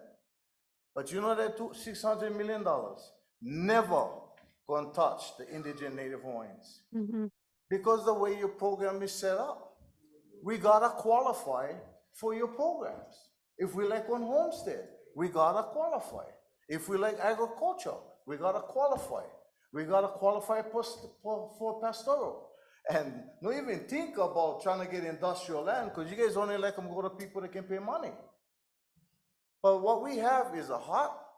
We maka aina, we malama aina, we can take care of the land. So maybe sweat equity can be something you consider for us guys. And for me personally, what I'm striving for, I just like my little space, agriculture, homestead, that I can manage and grow, you know, okra, you know, green beans, whatever, and just to live subsistently. I don't need your turnkey homes. I don't need your infrastructure. I know that in this day and age, off-grid technology is through the roof. Solar power, generator, you can, pop one tank, you're good to go. And for me, that's all I really need. That's all I really can afford. And I'm cool with that. So if you get rubbish lands, over here on this island, because I move all my requests to Oahu, because I don't want to leave my mother and father-in-law here. I want to be able to take care of them because they're kupuna status. So I honor my wife's parents to be able to stay here to take care of them. So now I have it all here.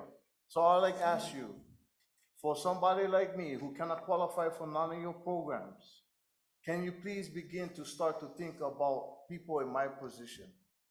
We cannot qualify for your programs, but we deserve just as much consideration to get lands. And I'll take the rubbish land, the Opala land that you get, the scattered lot that you get. I'll take that. No, I don't need infrastructure. I'll take that. Now, I gave you guys my position paper. The reason why I did that was because I don't believe in litigating against you guys.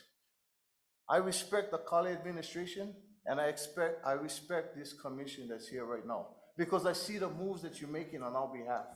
So why would I want to threaten you with a letter of demand, which I first considered, because I am a litigator by nature. But I never like do that. You know, in Hawaiian, there are two ways you can tell somebody to be quiet. My mother taught me like that. Hamau, right? Peace, be still. Or kuli kuli kawaha. When my mother was mad at me, she would tell me to shut up real quick like that. Likewise, a demand letter is more like kuli kuli kawaha. You know what I mean? I'm telling you something that I'm gonna come after you if you don't give me what I like. But a position paper is saying to you that I respect you and I honor you, and I don't wanna create division amongst us. I'm just simply asking you to duly consider my requests. And the request that I have is not just for me. It's for those who are like me in our class. You guys benefited from our names on that list. But unfortunately, that $600 million not gonna touch us because we don't can qualify. So give us something that we can have. So each of us is looking for our own little place. Auntie Maxine is in her 80s. She cannot qualify for a mortgage. And I let her speak on her own mana'o. Think about that. Think about that. For us guys who are in a kupuna age already, we need this. We need a little something for us. So thank you, aloha. And I'd like to pass it on to Auntie Maxine, who I believe is online.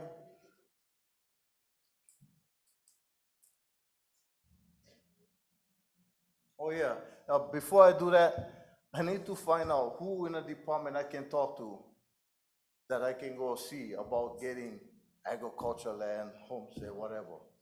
Is there anybody that I can go to?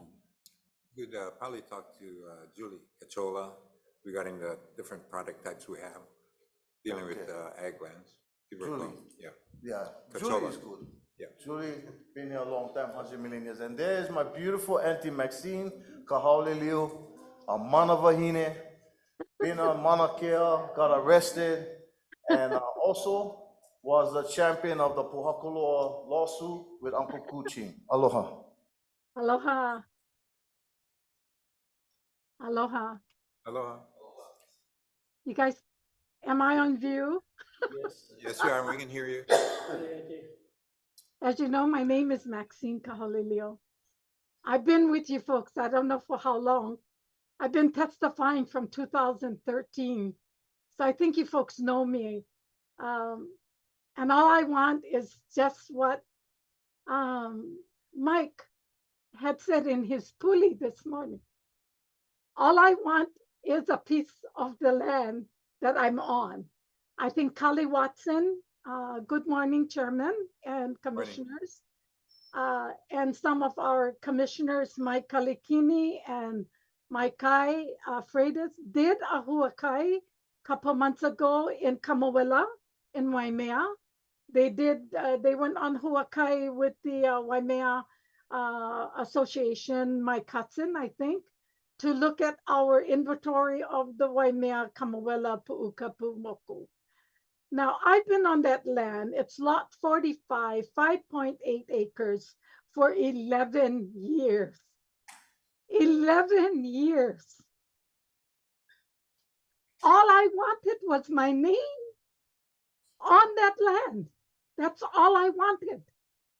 In 2013, April 23rd, I went to Kapolei to testify what happened to my horse Kolohi, which by the negligence of the Hawaiian, the Department of Hawaiian Homes, neglected to take care and malama our animals. Our animals have also the right to live on our property, on Hawaiian homestead property, not only humans, but our animals. Since I live on Kamawela, we have sheep, we have goats, I have many birds that come every day to Auntie's pasture. Every day they come. And I malama them, I feed them. I have horses. I have 2 horses, one went hala 2 weeks ago. I have 2 donkeys. My neighbor have sheep, the Lindsay girl. I live right next to the pastor, Shimaoka. My neighbor is Denise Murphy. We all have something on our aina. But you know what? They have their names on it. I don't. Why? Because one person, please, ho'olohi commissioners, one person is blocking me from being on that property, which I am eligible since Maika, Makai, and Mr. Kalikimi came to my hale in my garage, and I showed them the applicant of 1960 when I first applied for homestead. And Makai and Mike said, Auntie, I wasn't even thought of yet. I said, that's when I applied, 1960. Everybody around me has passed me. Why? Why? And then in the 80s, I applied for pastoral or agriculture in Waimea. And I went, no, they went lose my paper. They lost my papers. I'm not gonna do their work. I already applied. I did my mokohauhau. I am genealogy. I am Hawaiian. I said that before. And I'm not sure if you folks remember Kali Watson, Mr. Bill Among, Henry Lee. That's who signed my papers. They're probably gone now. They hala. But those are the people that signed my papers. Now, till today, there is only one person, I think, that's holding back and not letting me get this property. And I am going to mention his name. I think it's Jim DuPont. Kali, commissioners, please. Makai, Jim DuPont has caused so much havoc to our recipients and our beneficiaries here in Kamawala. Why? What have we done? Like DuPont said, I cannot afford to buy property, and we are not supposed to buy property. We are awarded property. Auntie is 85 years old right now. Is that what Jim DuPont wants to do? Is wait for me to holler? Well, he's got another guest coming. I'm going to be live to 100 years old. How's that? Huh? So all I want, please, I've done this. I lived on that land for 11 years. It is so pristine. No more one opala on my property, which is 5.8 acres of Hawaiian homelands, which belongs to the beneficiaries and belongs to me. There is no vehicle, we call them planters up here, that the grass grow inside our vehicles. Makai, Mike, you came to see my property. You know that my property, Auntie's property, do not have opala on. Kali, you and Huakai, with that man, whether your friends, that lawyer, you went to Huakai. You seen my property. All I'm asking is to put my name on that lease. That's all I ask. And this right of entry, all this, actually, not to a kupuna. And I want to say this, from the last time I testified here in Waimea, Ms. Turuya said this: we should not treat our kupunas any more than we are treating them now. She said that at the commissioners meeting in Kamawele in Waimea. And I'm grateful and I'm very sad that she has left as being the commissioner. But I maikai her, mahalo anui loa kākou. So being an activist for 40 years, I have been with the department from 1960, 1980, when John Waihee was our lieutenant governor, which awarded all of us land in Waimanalo. My family lives on Hawaiian Homestead. My mother and dad lived in Waimanalo. My tutu lived in Waimanalo. Why am I not? Why? What's holding you guys up not putting Auntie's name on the list? Why? Tell me. Somebody give me an answer.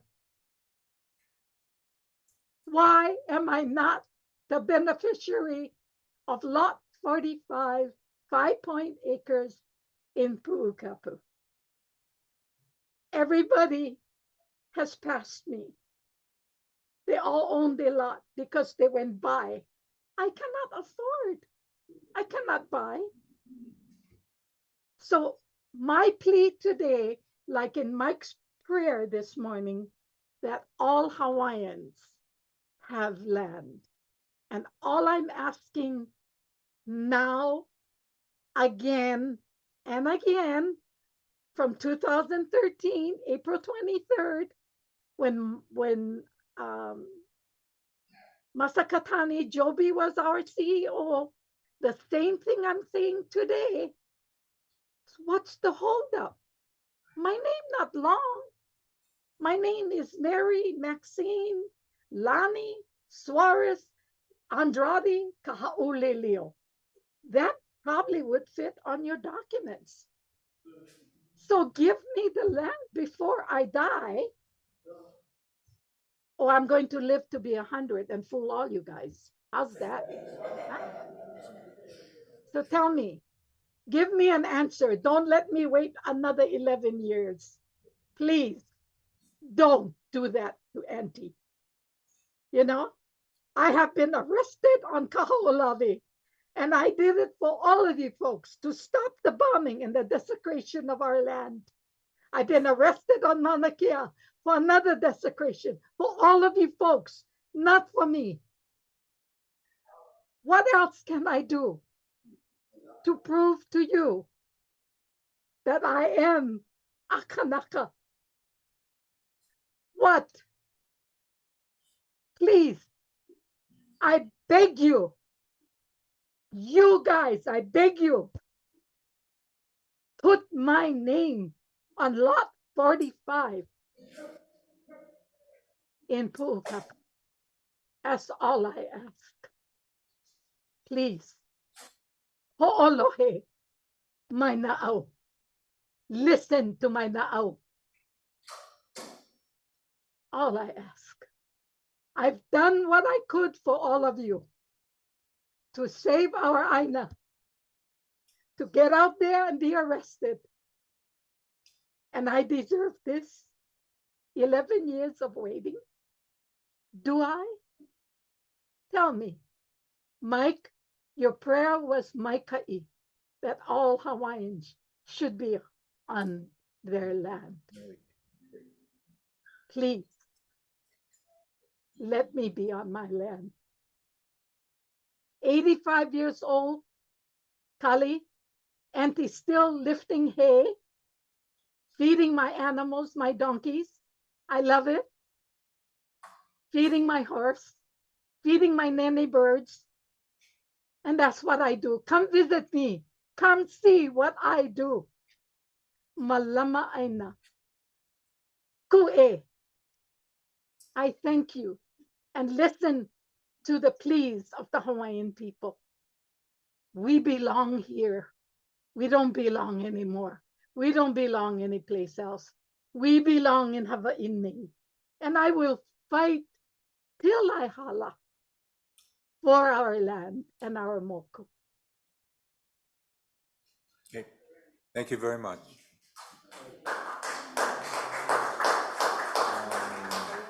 You guys want to take a 5-minute break? Yeah, why don't we take a 5-minute break? Whoever got to use the bathroom over there. Okay, then we'll come back. Patty Taruya is up.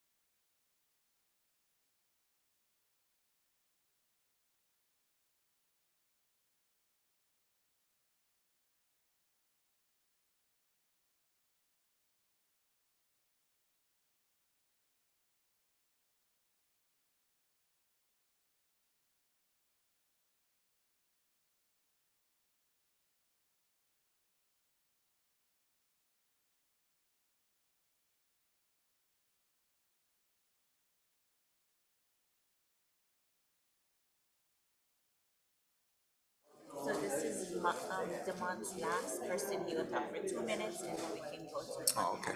Oh, okay.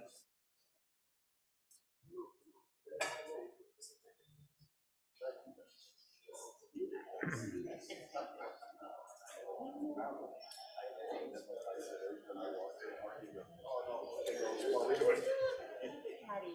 Yes. The month, get one more person, 2 minutes, and then you ask. Jasper.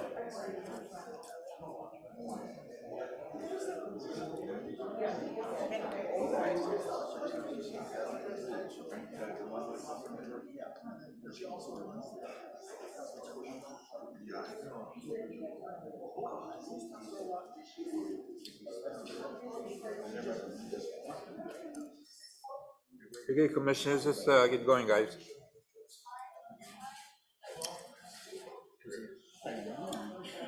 Okay, the commission is called to order.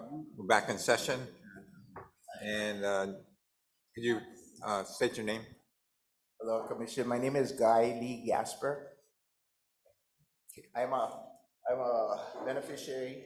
I live on the homestead in Nanakuli, up the Ave. I also founded a nonprofit called Gigi's Redemption, and our focus is to bring attention and solution to domestic violence, and that's why I'm here today. The whole part of it was to ask the question, who do I see? What do I do to be able to utilize industrial land to move our nonprofit forward? So that's pretty much the question. They told me I get 2-3 minutes. I'll leave it at that. Thank you. Yeah. They giving me an answer, no? Yeah, Richard Cunitin, he's Land Management Division that handles that. So, Richard, right over there? Yeah, okay, he's the one to talk to. Okay, yeah. Okay, next up, Patty Teruya.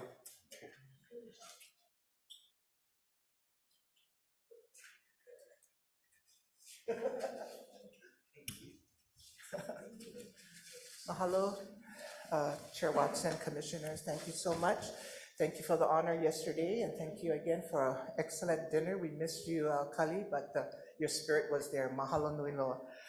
First of all, I just wanted to wish Commissioner Helm and his beautiful wife here a 43rd anniversary.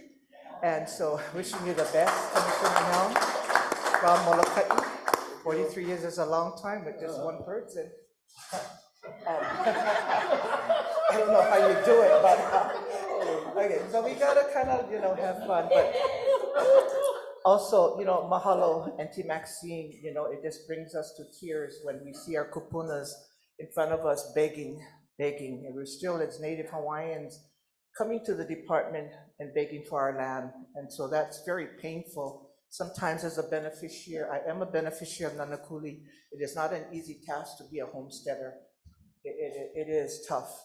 The loopholes that we have to go through, it's not that easy. But I also wanted to commend our Waianae Valley Hawaiian Homestead, who is here present, who talked earlier about their vision for Waianae, their vision for what they want to do up in the Maili Waianae project, the industrial lands that they proposed that sat for over 25 years, sat there, industrial. And so they had a vision of what they want to do for the Waianae homestead is to bring a solar energy to help their homesteads in Waianae and a crematorium. So I commend them for their capacity building that they have been going through in Waianae, attending neighborhood boards, putting pop-up makekis to share and to educate our community of what this vision that this Waianae Valley homestead could do. When we talk about preference to Native Hawaiians, this is a result of preference to Native Hawaiians. The property of industrial that we're talking about is called sewers. So everybody in Waianae know why it's called sewers, because it's by the sewer plant. And so this is the name that the Waianae Coast particularly calls that area. So I encourage them to move forward on their project and encourage the commission to really open your hearts in looking at this homestead and the vision that they are working on. The other comment that I wanted to put out and thank Charlita Mahoy, and it is the Ahupu'aha Nanakuli Hawaiian Homestead, our leadership by Uncle Black. And there, you saw the film that they have, the Christmas in the Avenue. It is just a remarkable event. And what it is that it's not just to make money, it's just to bring the community together. You know, Commissioner Sano, who lives on Fifth Road of Nanakuli, it's so important to bring the community together, especially when we see the west side with the crime rates going on. We want to bring our community together in harmony and peace and have fun during our holidays.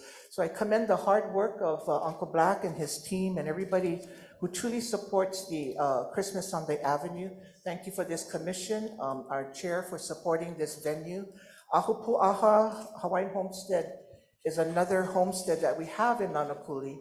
They were formed because of the Nanakuli Hawaiian Homestead not being active and having meetings for our community. So we are fortunate that we do have another homestead that we can attend and share of our homestead's value and visions. On another level, I wanted to also share on the West Side crime. When we talk about crime and Mr. Awo talks about enforcement programs and everything, I wanted to share to the commission, this is our phase 2, second West Side crime update. And I commend Major Lambert, the deputy's brother, who has been really working hard in our community with our neighborhood security watch, our homestead. Kali, I encouraged if you could send your team of enforcement team to come and listen to what it is. It's just not the crime statistics that we're going to talk. We're going to be talking about what's happening on the Hawaiian homesteads with our crime. What can we do? Neighborhood security watchers are going to be there, HPD, and with Mr. Lambert, with his initiative and love for our community, he has put a phase 2, bringing up the prosecutor's office and everyone. Together, we can solve these crime decrease along the west side and keep it safer for our homesteads and others along the Waianae Coast. The other concern I did want to bring, I wanted to pass this out to you, and if you could see a copy. And when we talk about the agenda items this week, especially on Kalailoa, my passion as a former commissioner was looking out for Kalailoa. And this comes to me as a right of entries, and I'm so glad the Administrator Richard is here to listen to this concern I wanted to bring up in LMD.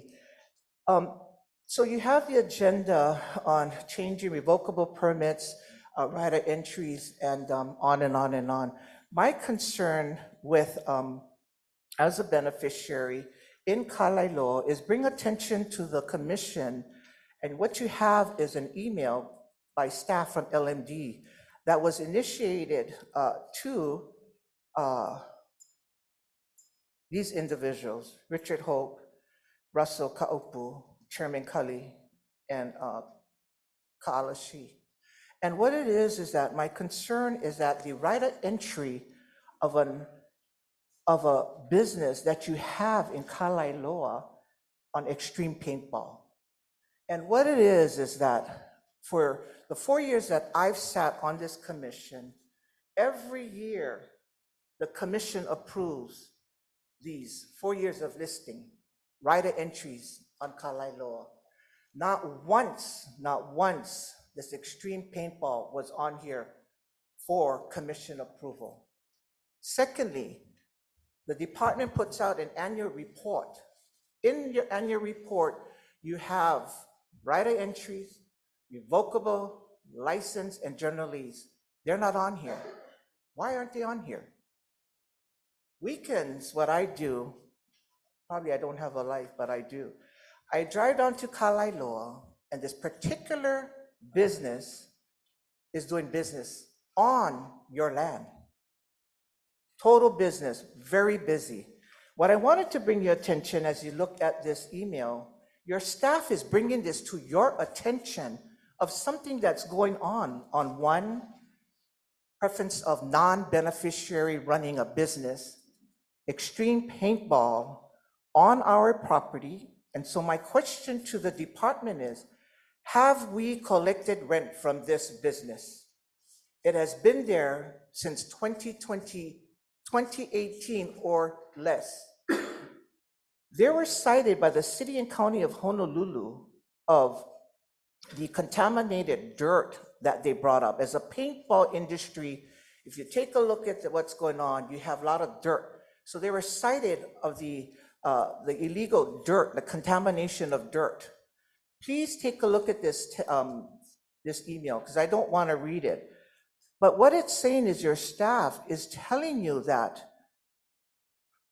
it was neglected, don't do a job of investigation to ensure the permit was valid. Another thing, the grading permit of this premises was not valid. Bob K. acquired the business from a former owner with an invalid grading permit, an invalid transfer from one owner who had the ROE to Bob K., a non-beneficiary. That bothers me because when we sit here and talk about preference to Native Hawaiians, we need to take a look at what's in front of us. The other thing is that my concern is that what are we going to do? I think we need to check and we need to ask what this business is doing. Is our department getting our fair share of rent? That's what we need to do. So commissioners, you have a copy. You can take a look at this email. Some of you are copied in this. It is a very big concern when you can do a business on Department of Hawaiian Homelands and be able to conduct your business every weekend. It opens weekends. Feel free to drive there. You'll see numerous cars all over the place, paintball. You'll see visitors and tourists. Sometimes you see large buses there that bring in tourists. So it's a very busy business venture. I think our job as commissioners is take a look at these things because I'm concerned that this trust is being violated. He's paying the fair share to our department, and that's what I wanted to bring to your attention. I thank you very much for your time. I also wanted to let you know, Chair, that the individual J10 and J12 they're not going to be present here, so I think your agenda can move a little more faster. But thank you for your opportunity. I'm not sure if you have any questions, but I appreciate you and happy Thanksgiving. God bless you all. Thank you. Thank you. Next testifier, Alhi.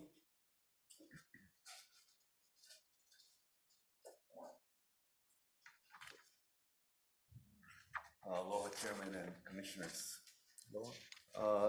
I've been reduced to having to come to these J agendas to talk to you. No one at the department will talk to me. And this is the only way I can get information to you. I think that I would much rather do it in a workshop, but if this is the only way it's going to be done, then I need to do this. I've sent over the last few months our license. I've sent the staff submittal for the approval of the license. Recently, I sent you 3 pieces, the map, the article, and 2 articles. And I think that there's a lot of confusion about what I created beginning in 1996, why it was created, and why is it that with so much political pressure that nobody can kill it. And the reason is because it's Pono.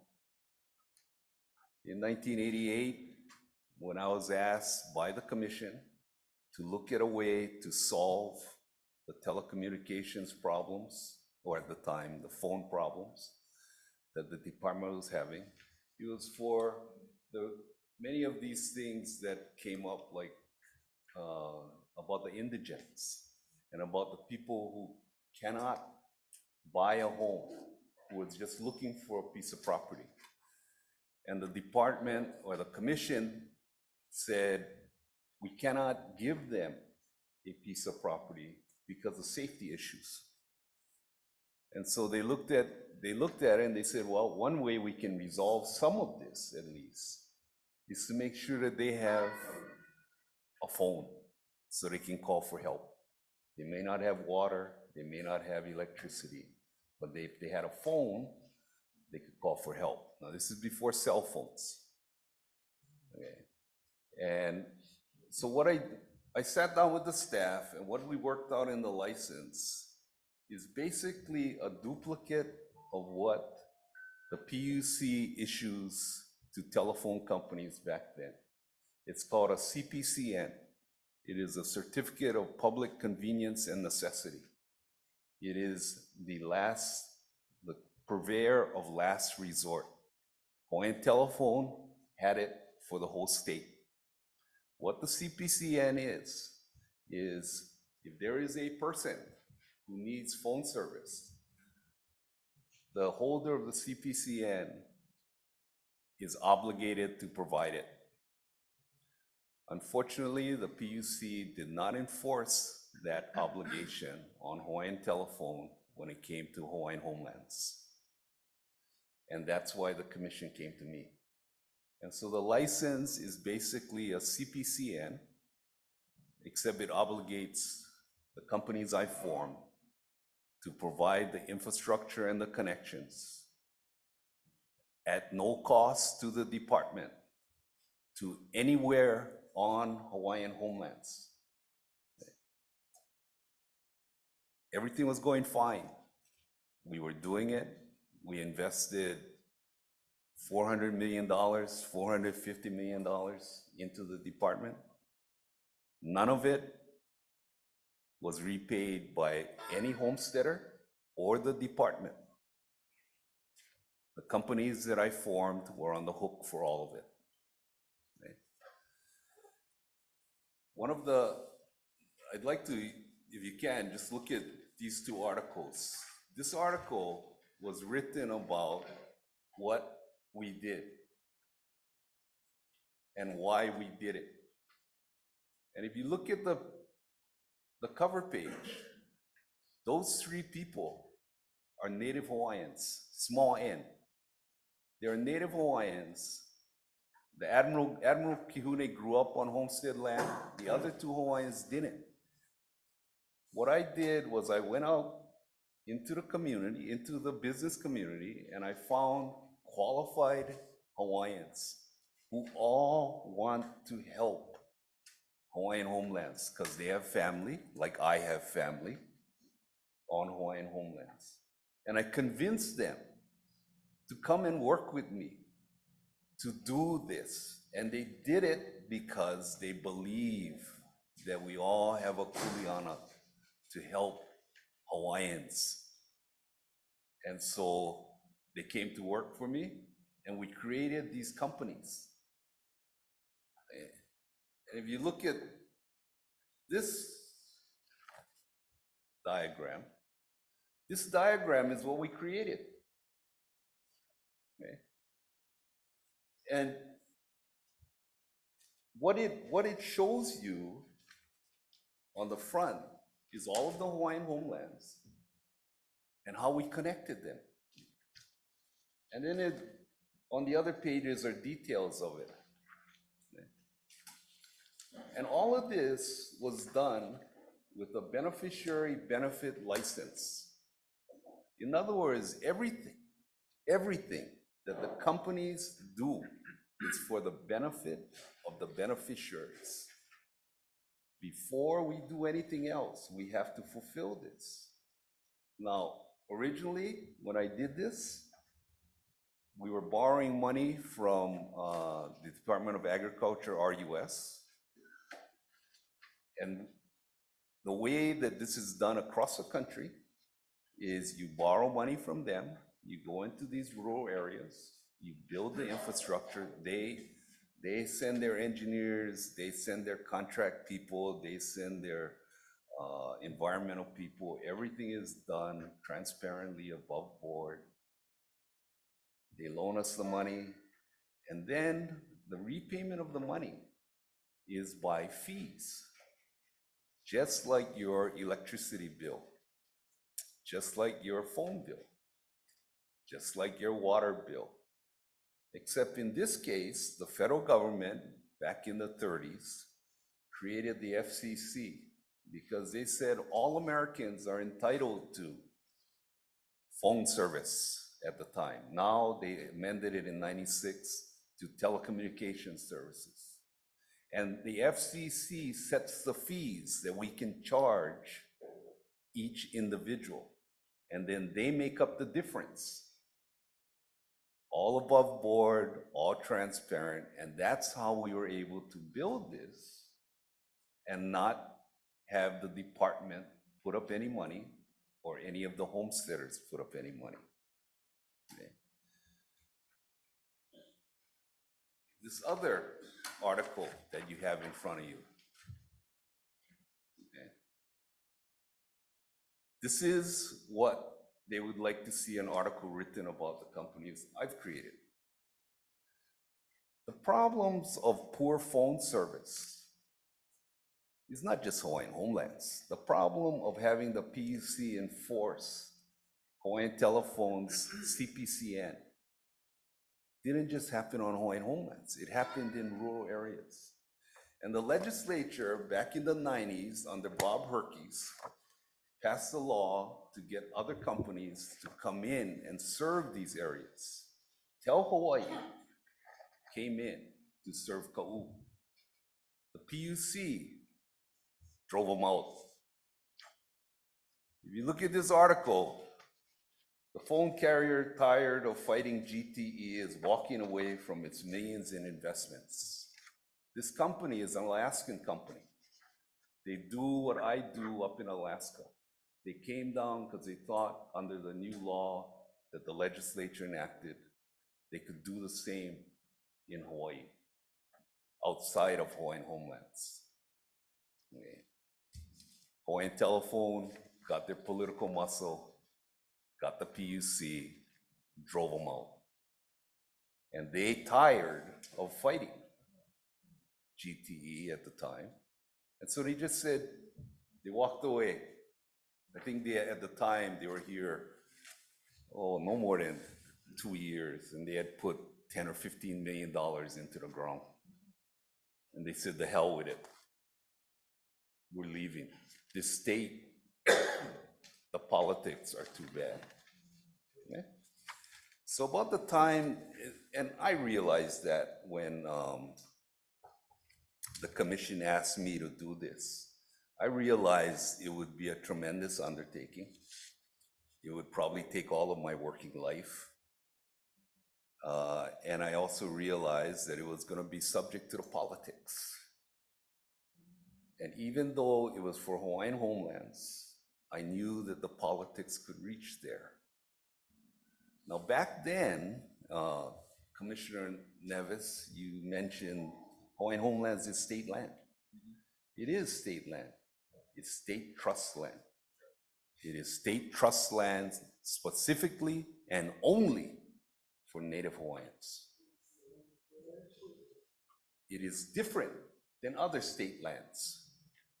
Other state lands is for all citizens of the state of Hawaii. Back when the commission issued this license to me, the commission had their own attorney. There was the state attorney general that represented the department. And there was a commission attorney who represented the commission. And somehow this got lost, and now you have just the state attorney general representing both. And that's a problem. Because as a state department, the Department of Hawaiian Homelands is obligated as a state department to look after the interests of all citizens in the state of Hawaii. But as a commission, your interest, even though it is state lands, it is to look after the interests of Native Hawaiians. There's a conflict here. And yesterday you folks talked about that conflict. When you're talking about these preferences and things, I support all of that. It's in the act. It should be. But your problems that you brought up was that the authority was being transferred to the chair. Now I gotta tell you, I know Cully. I went to school with Cully. I don't have any problems with Cully. In fact, I live in one of his homes that he built, and eventually that company unfortunately went bankrupt. But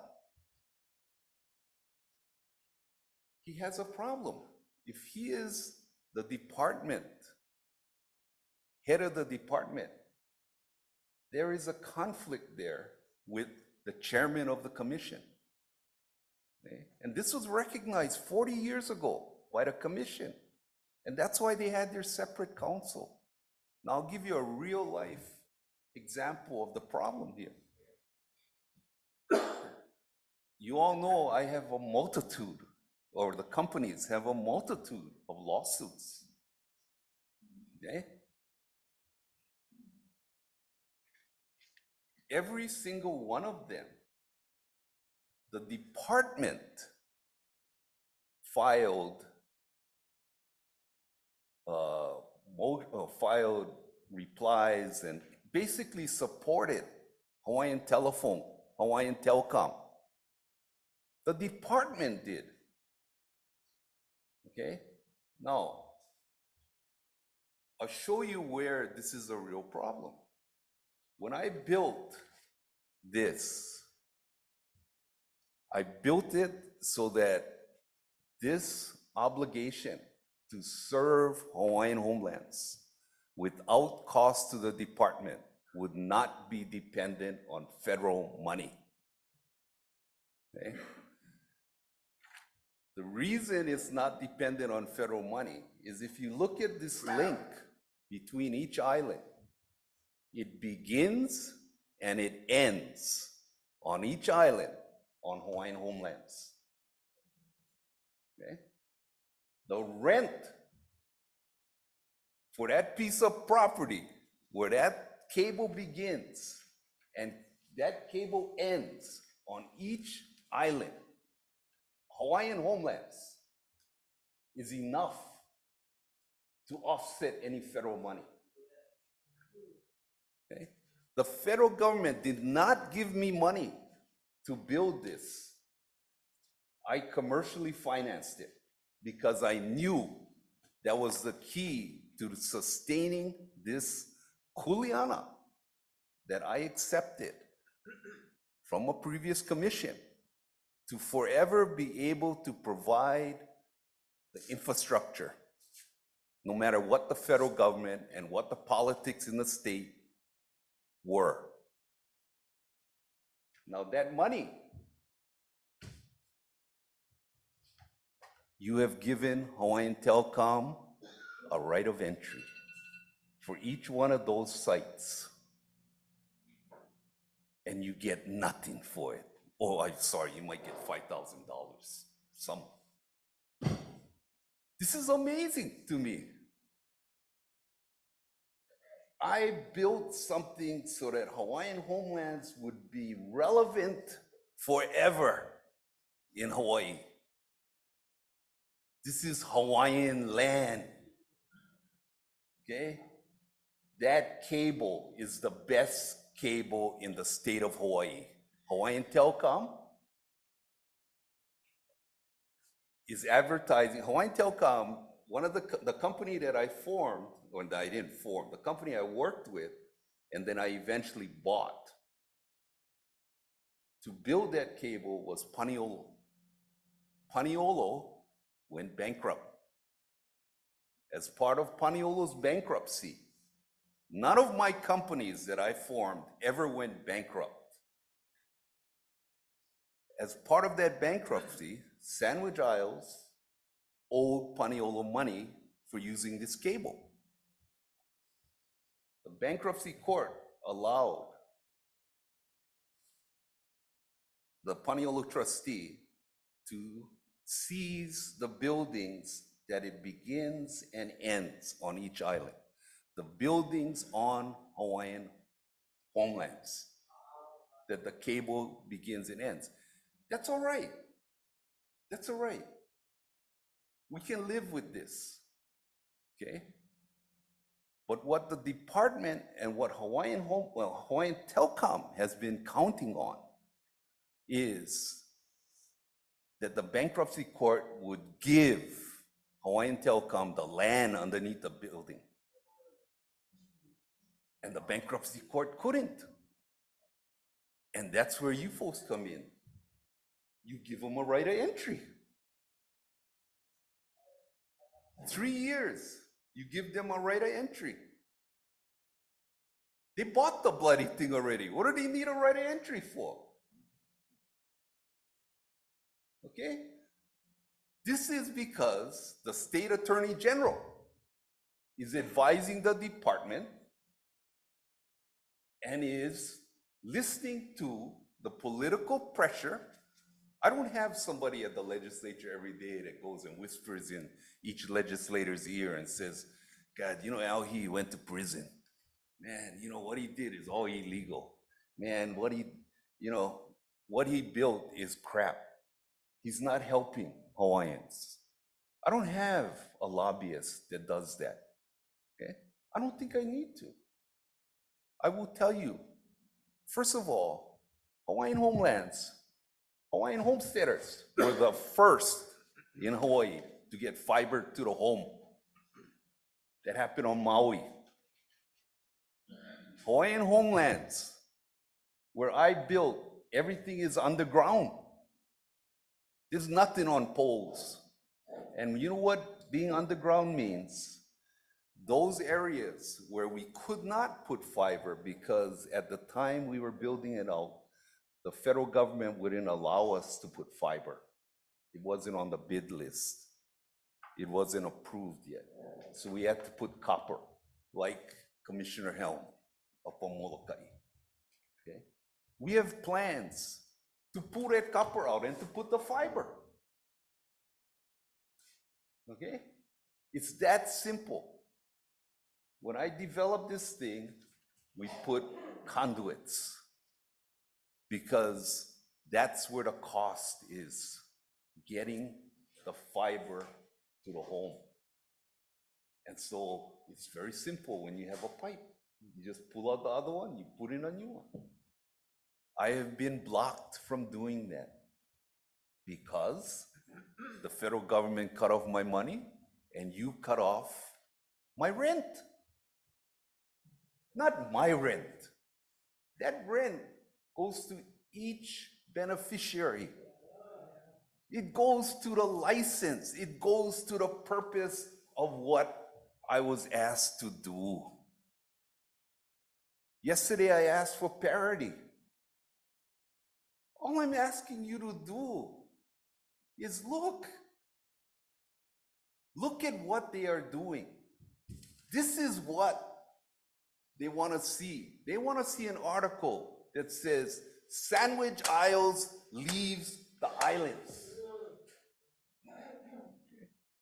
The only reason that, and let me tell you, it's costing me millions to keep that company alive. Okay? The reason I do it is because I'm Kanaka. And I serve Kanakas. And I took that kuleana 20. I took that kuleana back in 1996 after 10 years of fighting the PUC and the state to get a license to be a telephone company. And after working with the commission for 4 years, sitting down with the commissioners and explaining, I'm not crazy. This can be done. You just gotta believe a Kanaka can do it. You gotta, you know, we were all brought up and told, go get an education, come back, help the Kanakas. Okay. And I went to the commissioners when they came and I was building power plants. And that's why they pulled me in. They said, Al, you're doing utilities. You think you can help us with this telephone? I said, man, I got my hands full with power plants. Commissioner Kalakini can tell you how tough it is to build power plants and keep it running. I said, you know, yes, I probably could, but I don't know. It took 4 years to go and investigate it. As a result of what we did, the Department of Agriculture had never let money into this state for telecommunications. They let it in. As part of letting that in, it opened up loan programs for water, for wastewater, all of which you folks are familiar with. These are funds that previous to my going to Department of Agriculture and opening this thing up, they never even thought about it. Okay. At the time, you know, you hear a lot about Nahasda. Let me tell you something about Nahasda. Nahasda had a champion at Department of Housing and Urban Development. That champion was former State Senator Mike Liu. Okay. He was an assistant secretary. At the time I was doing this, we sat down together in trips to Washington, and we started working on the Nahasda legislation to get money, Nahasda money, into Hawaiian homelands. I was not going to benefit from it. But this is part of the kind of effort that gets put forward to move and to give you folks the resources to do what you folks are being asked to do by the beneficiaries. Okay. Now, can you wrap it up? Sure. My request is a simple one. I'd like to give you folks a workshop. I'd like you folks to ask me the hard question. Ask me why I went to prison. Ask me, why do we have these lawsuits?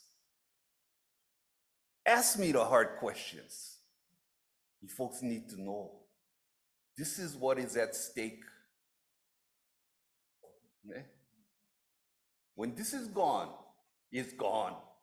It ain't coming back. Okay? Commissioner Helm will lose his service. The people of Molokai who were bypassed by Hawaiian Telephone, you look at this cable goes to Molokai. That's the only cable was built for Molokai, because that's where the Hawaiians live. I asked for an opportunity to have a workshop with the commission, because the department is not telling you what needs to be told, and I cannot keep coming here because I have a time limit. Thank you very much. Aloha. Okay. Thank you.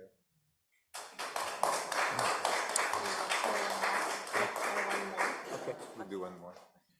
Okay, the next testifier, Charlene Maria.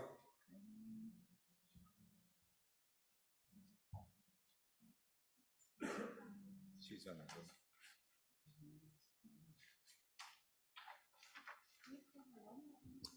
Charlene Maria.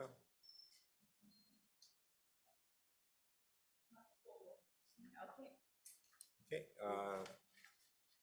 Iwalani McBrayer.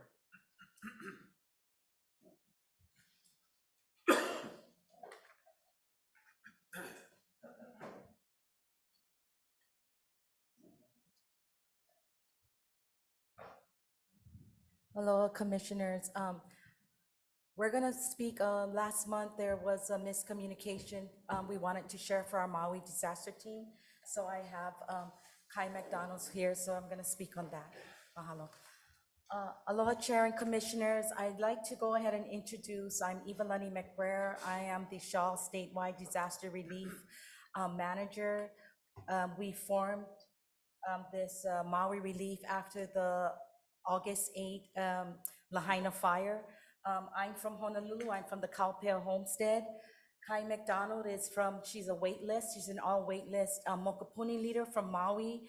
Relina Fa'agai, who was here earlier today, is from HLI, our homestead lending investment, as well as our policy analyst and financials. I just wanted to share, would you be able to send it out I just wanted to share a little bit about our, we gave some literature for you folks, and I just wanted to share a little bit about our Shaw disaster. We created a homestead, Hawaiian Homestead Association Maui Fund, and I just can give you a little background. We put that inside the paperwork for you folks that Kai passed out.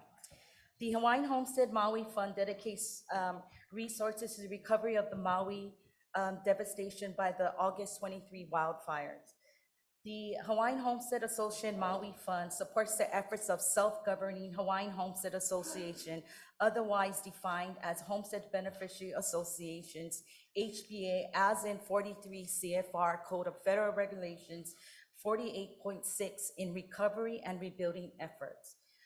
The main focus of what we're doing as the Maui team, we look at three HBA priorities. The first one was the crisis efforts. Immediately after the fire, our team, which just consists of us three, was to facilitate direct financial aid or technical assistance on the applications of FEMA and other direct aiding programs for family experiencing housing or job displacement due to the Maui disaster.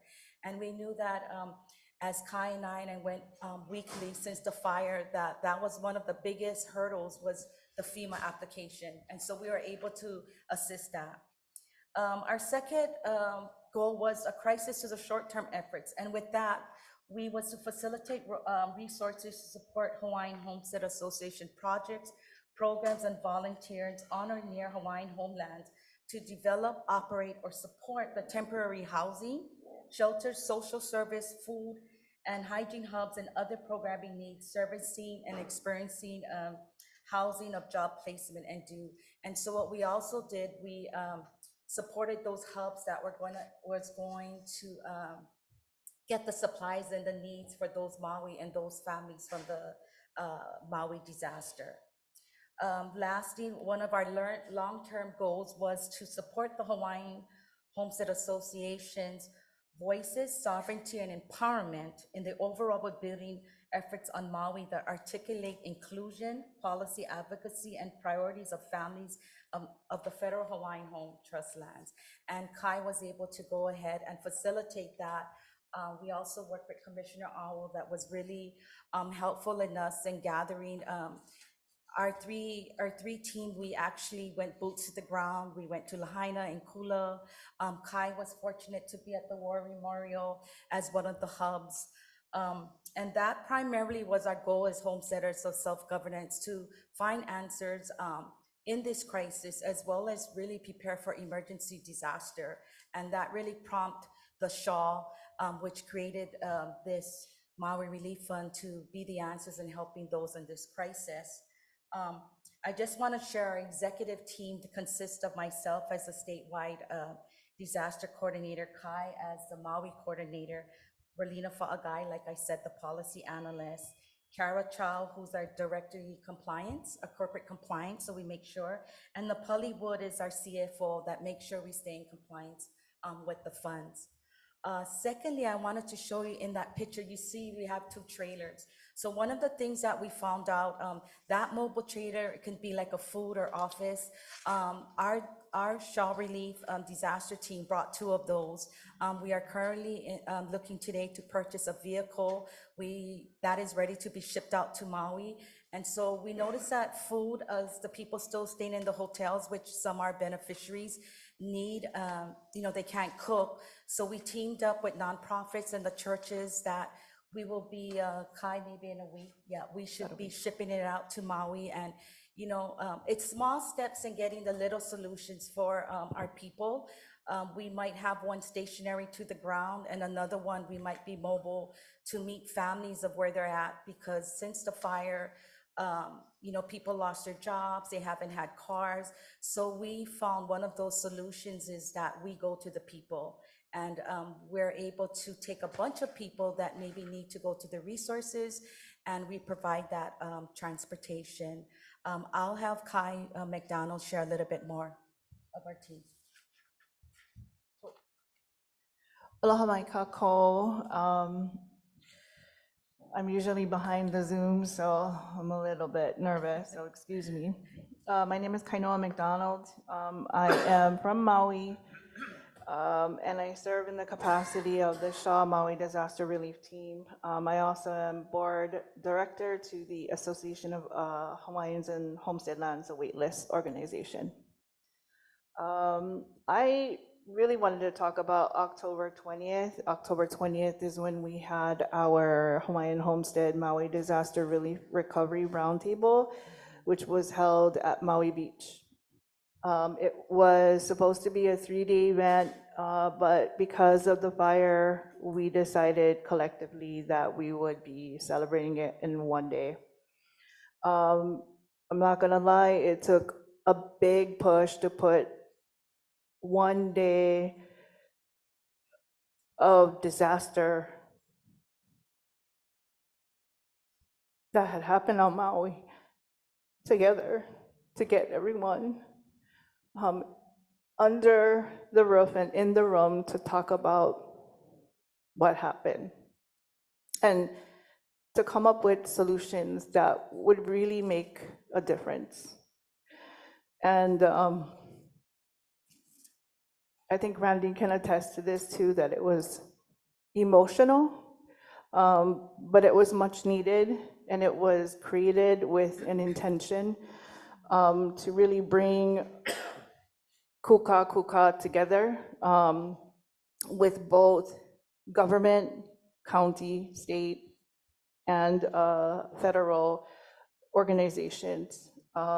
So the olelo no'iau we use is Nokahi, is olelo no'iau 2232, Nokahi ka pilikia pa'apau. When one is in trouble, all give aid. It was a strong mana'o between attendees and the roundtable. We had 3 topics, and we had post-it boards that allowed attendees to come and put their mana'o on the board. 3 topics we had was what is working for our people on Maui, what is not working, what should be happening that is not happening now. Our keynote speaker was Mayor Richard Bisson, who spoke to his time on the wait list as an undivided interest lessee. He spoke to the changes he experienced and really the new development that's on the horizon, not only on Homestead, but in terms of what that work is going to be to meet housing on Maui. There was much kuleana that we had faced, and we must learn how to understand our past to understand what we will do in the future. There were 4 panel sessions, one that was Native services in the community. I did have the opportunity to serve with War Memorial as we, and Kanaka with me, we stood up the War Memorial Crisis Center.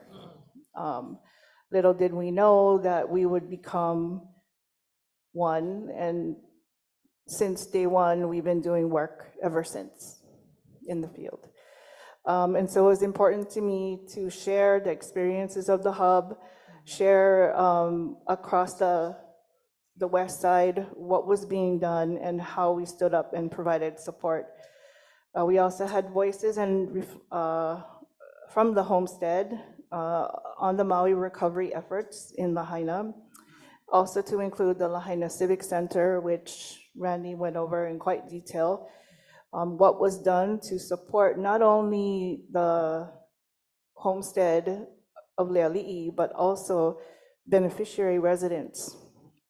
And that was really important. Until this day, we still have to extend that communication to beneficiaries to come to the Lahaina Civic Center or the Lahaina Resource Center located right behind the Civic Center, and they will get support that they would not be able to get anywhere else. And I just wanted to thank Commissioner Awo for standing in the gap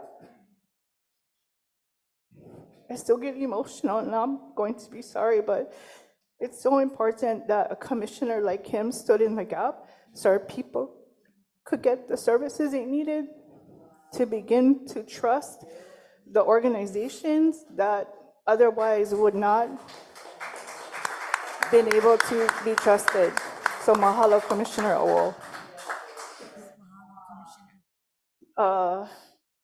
We also had federal agencies and other services like FEMA, SBA,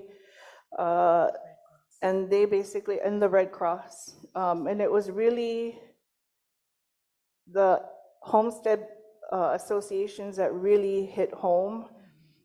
They told stories about what happened in the crisis, what they did as a result of the crisis, and what they're doing in the future.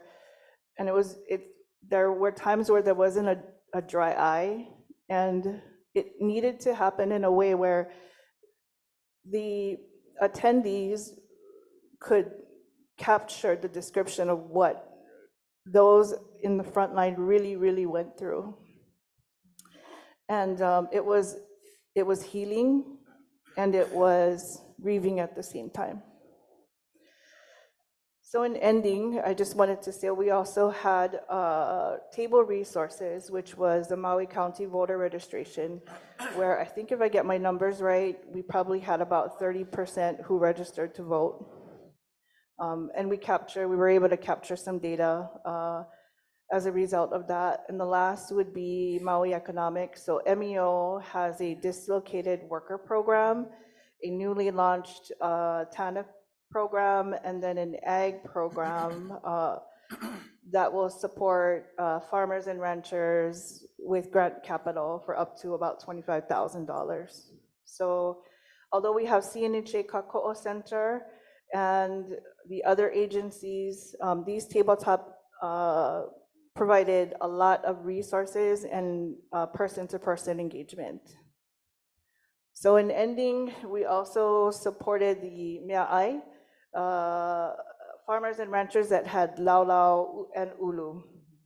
So the highlights last, and I'll be wrapping this up, was really the feedback as we join hands with the Lahaina residents.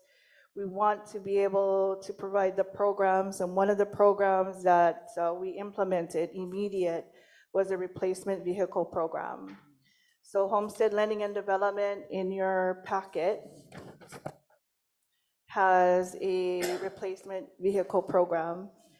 And while other organizations are seeking additional funding that will fund their overhead, we are taking capital allocation and granting it to the people that need it the most.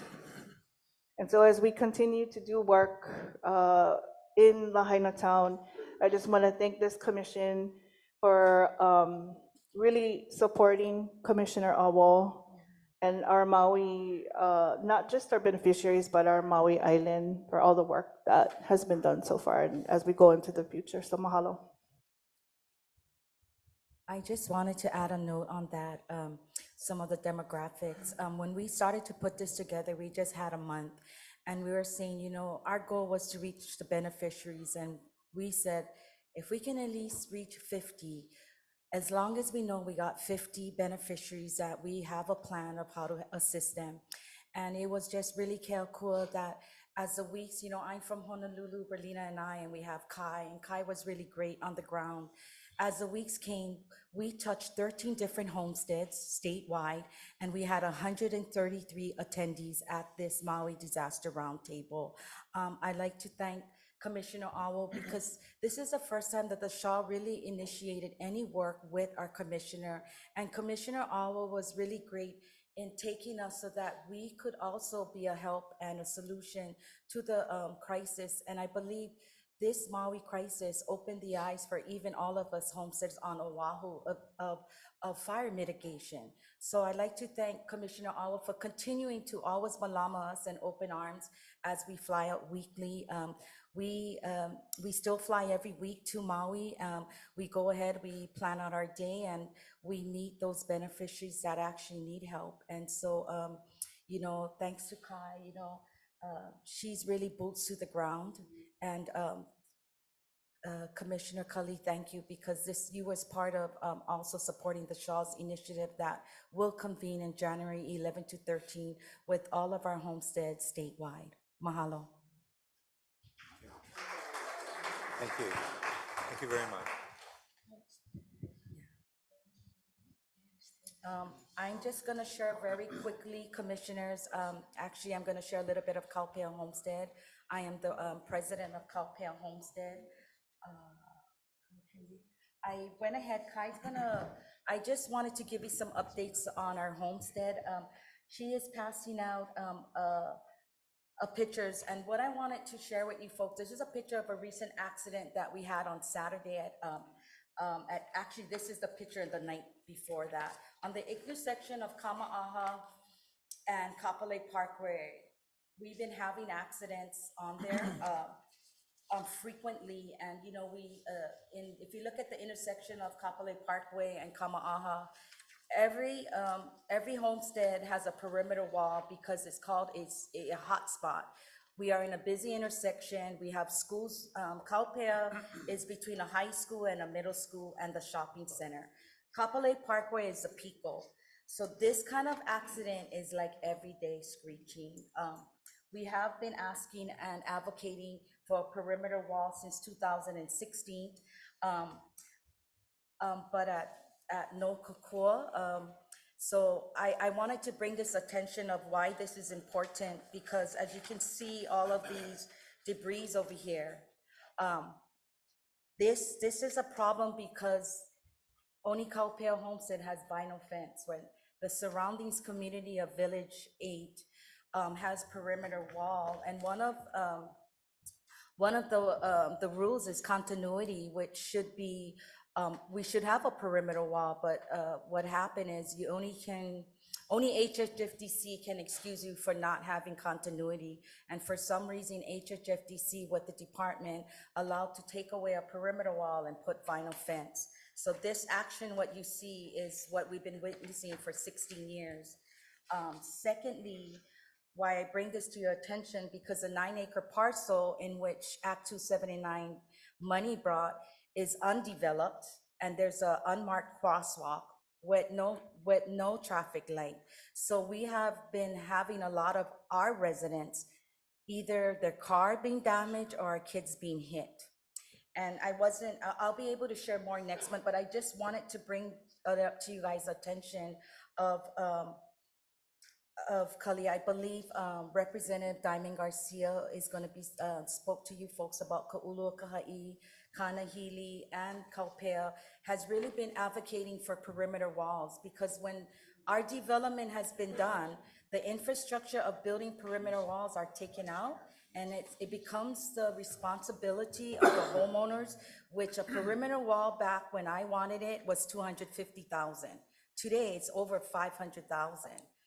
Just to make a perimeter wall, where we was asking if here for where Annie Aya's wall is, which is Ho'akalei Street to the 3rd Street of Kavaihuna Street. So I just wanted to bring it up to the commission's attention, because we are asking the commission to fund those walls in which they have committed in here.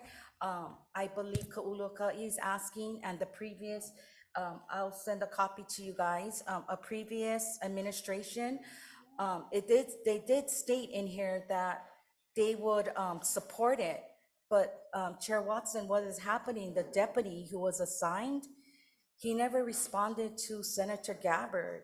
And it's on the record that, in here in the minutes that they state, if it's just a signature that they need, Joby says in the draft that indicated that she's at the legislature frequently, so the opportunity to speak with Senator Gabbard arises. If she needs is a letter of support, that's easy. But unfortunately, we haven't had that. And because of the development in Kapolei, I live here 16 years. You're talking about 40 cars coming to your right, 40 cars coming to your left. And I think if the department would come and sit down on our growing community, would see that this is a safety issue, Commissioner, and I'm hoping that you will put it in your budget for Kaupea. And I would go ahead and give you guys a copy, so that is my ask for the updates. Last, I just want to share about our, this is our first annual Kaupea Kalikimaka Makeke. Thank you, Chair, and Kahana and Kaipo Duncan, who allowed us to actually get inspired from, Christmas on the Ave with Nanakuli. And this will be our first year for Kaupea on the 9-acre parcel, since it's not developed yet and it came into the trust lands. Cully and the department, the land management, allowed us for our ROE to have our event. And we are excited because, as you can see what Charlita Mahoy did, it really inspired us in Kaupea because we don't really have much. We're not gonna have a park. And I get emotional because I want something for my kupunas and my keikis. And seeing what Nanakuli Christmas on the Ave did, it really inspired.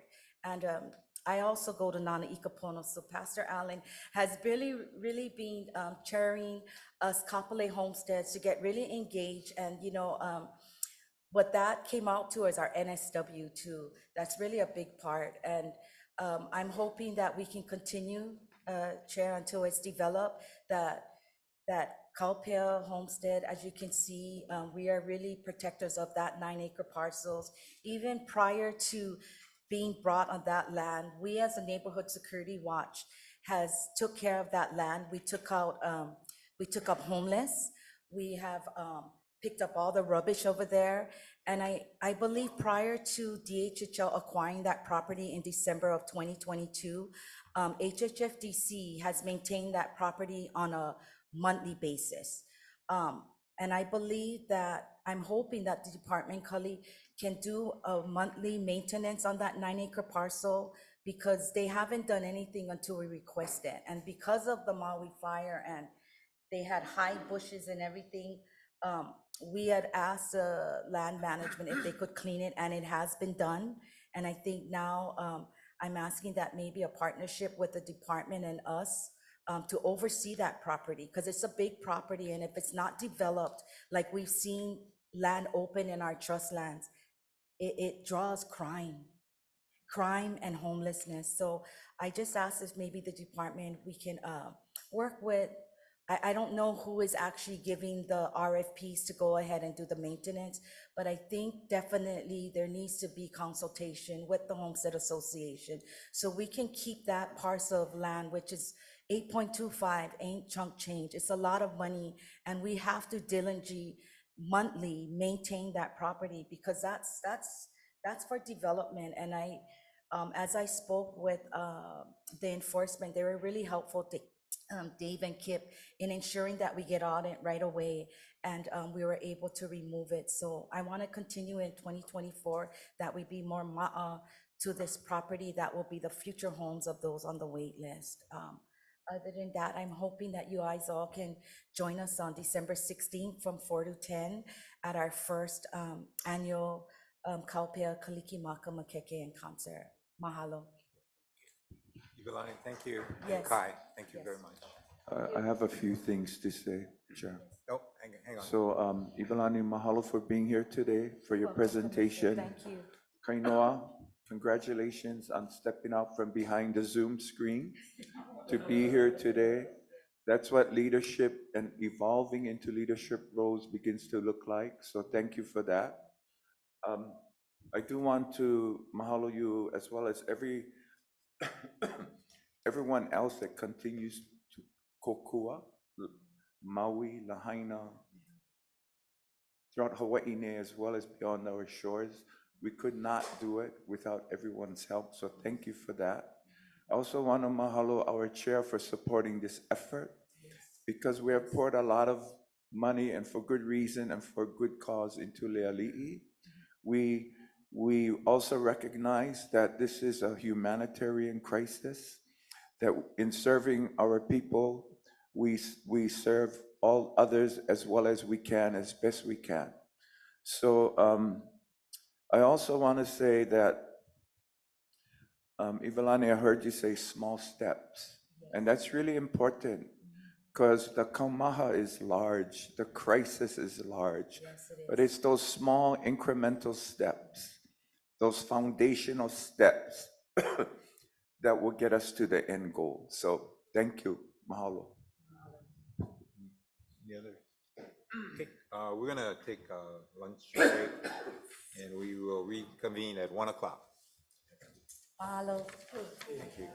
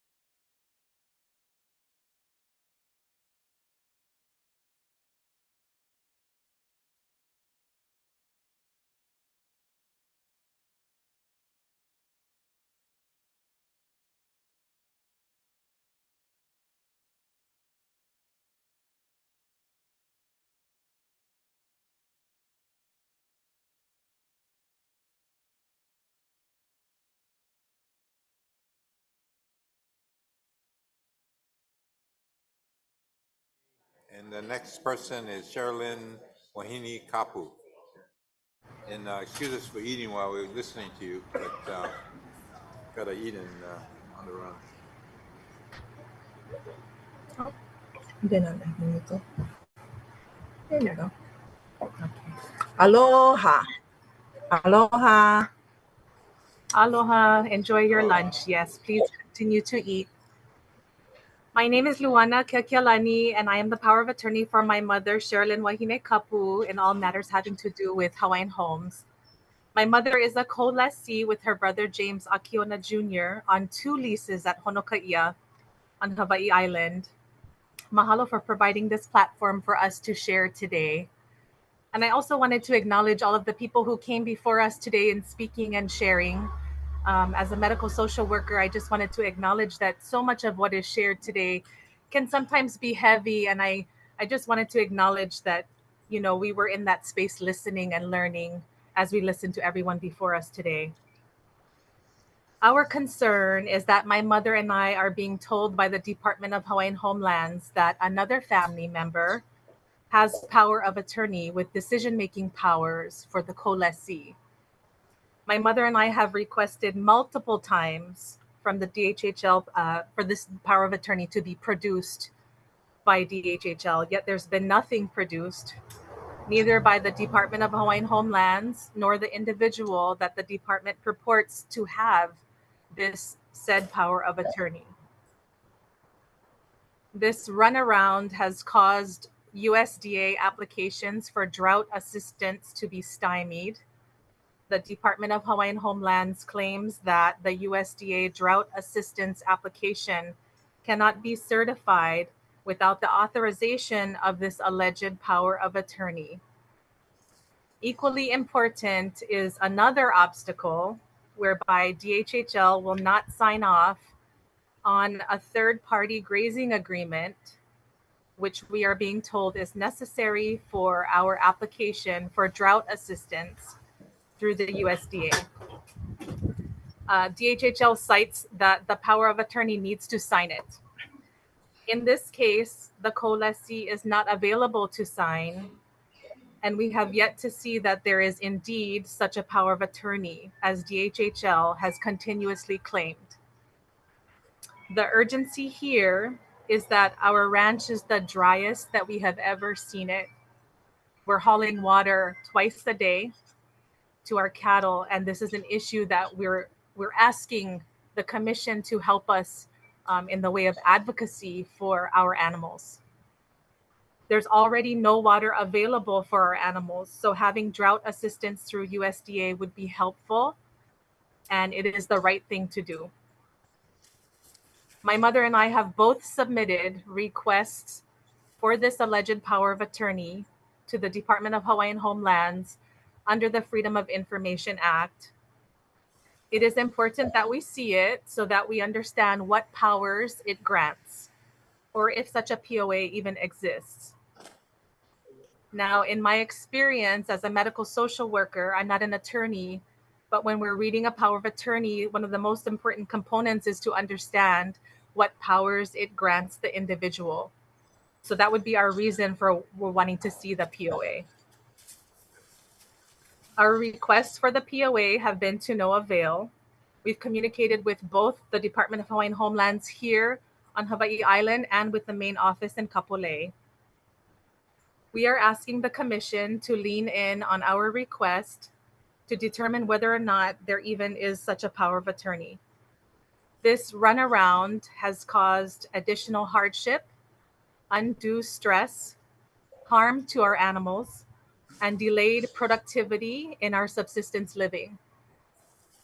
It is yet another example of how historically the Department of Hawaiian Homelands has orchestrated negative outcomes for my ohana. In summary, this issue to us is about ethics and procedure. We question the guidance that we're being provided by the Department of Hawaiian Homelands, and our ask here is that we are able to see the power of attorney. Mahalo for your time and consideration, and at this time, we welcome any questions if there are any. Mahalo. Luana, first and foremost, sorry for not calling you back on your text message last week. I've been slammed Oh, with it's just okay. work and kids and stuff. I just actually was in contact with Mahana, your cousin. I think that's your cousin. Mahana, Kealani. As far as the water issues in Honoku'ia, yes, I know they're very prevalent, their issue. Uncle Kimo Ho'opai and I have been in contact the last 6 months. I know he's working directly with the department on a few things. As far as other issues you just talked about, I'll call you as soon as you leave here, I promise. And I'll get up, we'll work on a plan. I can figure out before I leave today too, who to talk to get those power of attorney questions and stuff like that answered for you. Again, sorry for not getting back to you. It falls on me. It's my fault. Just No, had no stuff worries. to work. I was traveling for work and stuff like that too. But just as far as the water issues, it's a drought, and the whole area, even up where we live, is droughted. I understand there's major water issues, and I know Uncle Kimo has been in contact with people in the department to try to remedy that situation. I'll get you an update as soon as I can too on the water issues. So it's the water issue as well as the power of attorney issues, right? Those are the two things you guys need help with, right? Right. The water being the most critical, of course, but the power of attorney, I call it the runaround.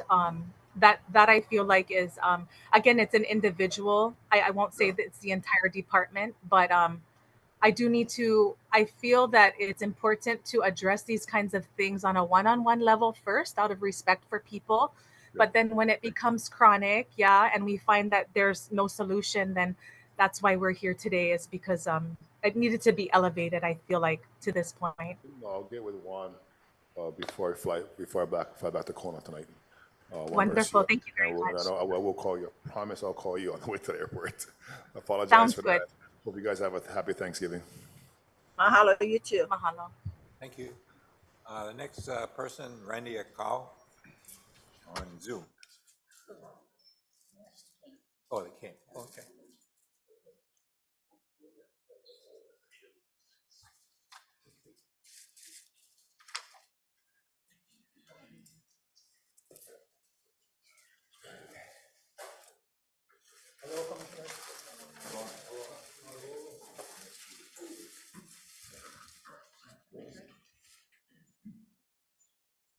My name is Randy Akau, a native Hawaiian retired from the City and County Honolulu Police Department and president of the Kanehili Community Association, a Hawaiian homestead consisting of 403 single-family homes in East Kapolei. My testimony represents the Kanehili Community Association and its members in support of acquiring a general lease agreement with the Department of Hawaiian Homelands. It is identified as tax map key number 91-151-058, a 2.189 acre parcel located on the corner of Kapolei Parkway and Kekahili Street, adjacent to the Kapolei Fire Station of the Kanehili Homestead community. As the department and commission tackles with the preference of Native Hawaiians for business purposes and to qualify Native Hawaiians for general leases under Section 204, Subsection 2 of the Hawaiian Homes Commission Act, 1921, this will qualify our homestead for the proposed parcel as, quote, preference to Native Hawaiians, unquote. We have sponsored several large community events in, sorry for the mistake, but it's 2022 and 2023. We sponsored large events in Kanehili. Our homestead held Easter events on 4.5 acre community park parcel in Kanehili. These events drew an estimated 17,000 to 20,000 participants over a 2-day period. In each of these events, we were able to secure the cooperation of the Department of Hawaiian Homelands, Kamakana Shopping Center, and the commercial parcel managed by KCDC for additional overflow parking spaces. Our community has concerns that the lack of additional parking spaces with similar types of outdoor activities in Kanehili will hamper our ability to plan and organize future events. The Kanehili Community Association is interested in developing street-level parking on this 2.189 acre parcel to also accommodate homesteader boat owners, trailers, as well as additional large trucks. This problem is evident in our community and will free up additional street parking spaces for our residents. The future proposal is to build vertical parking decks for those beneficiaries who do express interest in retail spaces and offices to operate their businesses. These spaces will be leased out to beneficiaries who choose to work closer to home. This project development proposal will allow the Kanehili Community Association to generate revenues to remain sustainable now and for our future beneficiaries. May I continue to reiterate that Native Hawaiian beneficiaries should be given first preference when considering land lease agreements and should be a high priority for the Department of Hawaiian Homelands and is aligned with the vision of Prince Kuhio. Mahalo for your time and opportunity. We look forward to your assistance in providing the necessary process of request to assist our Homestead Association to submit an application to acquire a lease agreement. Mahalo. Thank you, Randy. I'm gonna have to excuse myself. We're doing an appeal on our budget submittal, so I'm trying to argue with the governor's fiscal officer. So, Randy, can you take the helm and address the or handle the remaining testifiers? Thank you.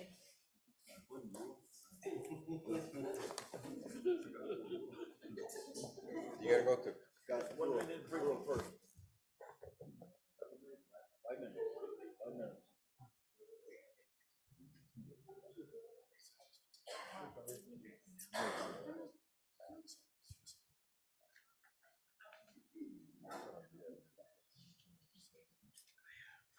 Jackson, can you turn on my mic?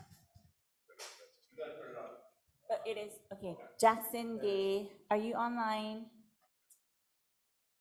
Jackson? Okay, if not, then Raylene Like is actually next. Yeah. I mean, when Randy comes back. But you can come to the table. Following Raylene is Princess and then Boka Hui.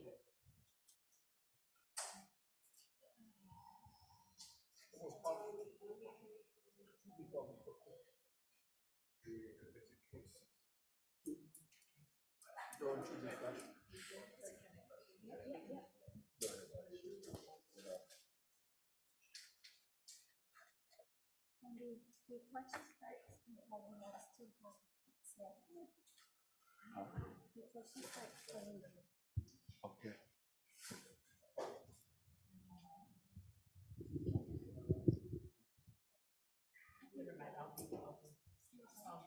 Mr. Chair, can I just make a statement? But this is for the previous speaker, Yes, you can. Go ahead. Mr. Akau. Okay, I just want to make a statement regarding your proposal. I want to tell you that I totally support what you're going to submit. And hopefully this will be referred to the land or whoever it needs to go to inform you about the process. Because I think that's a very good request from a community association. So I want to tell you and put it on record that as an Oahu commissioner, I totally support you. Thank you. Thank you. Okay, mahalo, Commissioner Raylene Like. Welcome.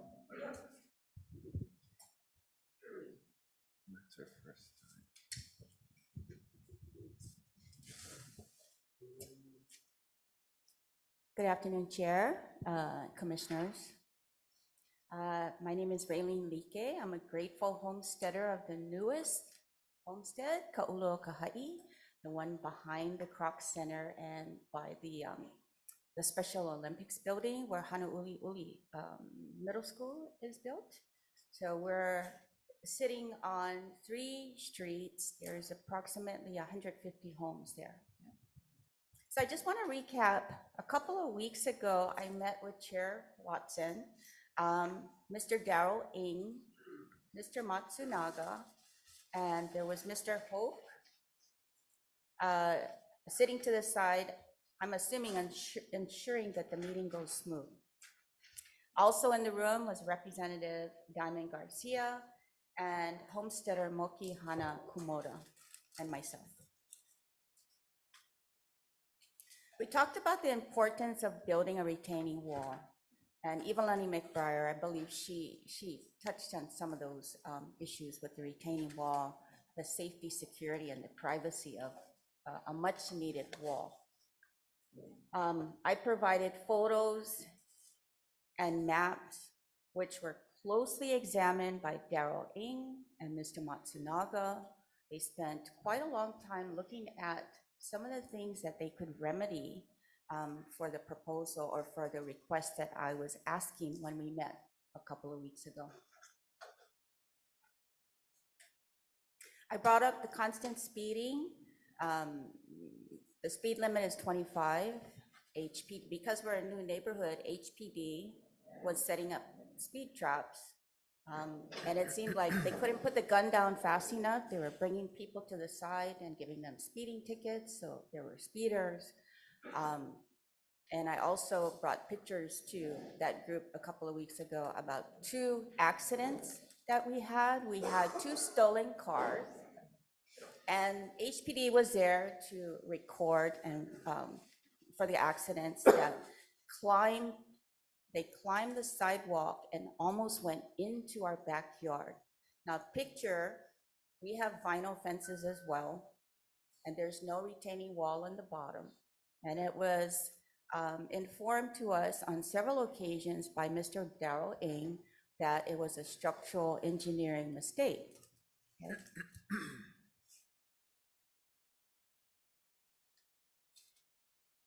I also mentioned in the meeting that I visited Chair Isla 2019, 2020, and last on 2022 about the retaining wall. We're only about a 4 or 5 year community. We're fairly new. Chair Isla said, we have no money in 2019, 20, and 22. However, in 2019, he said, to put a request into the legislature, bring up your concerns, ask them to give us money, and we can release some money to Ka'ulo'okahai for the retaining wall. 2 years into the legislature, I did go there, but I wasn't akamai on the process. So what I did do is went knocking on the door to door, handing our petition in, which included right under 100 names from our neighborhood on the petition to build the retaining wall. So the outcome of the petition, going 2 years to the legislature, door to door, and also emailing our petition with our concerns, as you well know, that was not the process. But the outcome was I was able to talk to Sachi, I think that's his last name. And the outcome was, if it wasn't COVID related, we have no money. So, okay, we tried. So again, as I mentioned in the beginning, a couple of weeks ago, I met with Chair Watson and the team. They examined the maps, looked at the photos, heard my plea, heard from Moki Hana Kumodo, who's also a homestead in Ka'ulo'okahai. And Chair Watson graciously agreed that he would support this effort, support this request. He put together a plan. Diamond Garcia was also in the room. He put together a plan and asked Representative Garcia to put a CIP together and to get with Senator Mike Gabbert, which we also talked to since then, to put in a CIP so that they can bring it to the legislature. And Kali Watson, like I said, graciously agreed and would support our request. So what I'm doing here today is since you all were not in the meeting, just to let you know what was going on. Yeah, we did have that meeting and we were talking about the retaining wall. So I wanted the commission to know what was going on, that we did form a plan. And I humbly am asking today for your support to the CIP that's gonna be initiated to go to the legislature. And Carly Watson's letter of support when DHHL submits their request to the governor's office. So I humbly request that from you today. Thank you. Any questions? Oh, one more positive note, because I wanted to leave on a positive note like Pastor Cardenas. So in that meeting, it was also revealed that they're hoping that Darrell Ng was speaking in the future plans for phase B, C, D, and E that they're gonna build. I'm not sure about all of them, that they're gonna build in Ka'ulo'akaha'i. That they will not have this retaining wall program because they're planning to add that into the design. So we never have to go through this. So all the efforts from the other homesteads brought forward about the retaining wall, the importance of the retaining wall is going to be remedied, and they're going to look at the design from here on forward. So we're very, very grateful for the future planning. Thank you. Chair. Go ahead. Thank you, Raylene. You don't know the figure as far as the cost of that retaining wall would be. The figure that was thrown around that day was 500,000. Okay, so the chair and his team agreed to request for that funding to the governor and the ledge or the governor? Yes. So I'd highly encourage. Still learning the process. Okay, too, so. well, when that process occurs, I would highly encourage you guys to go and testify for that monies. Okay? Okay, thank you. Thank you. Okay. Mahalo, Commissioner. Anybody else have questions or comments? Okay, thank you. Mahalo. Mahalo. Okay. So we'll call up Bo first. Princess Lehuanani is actually next, but I don't see her.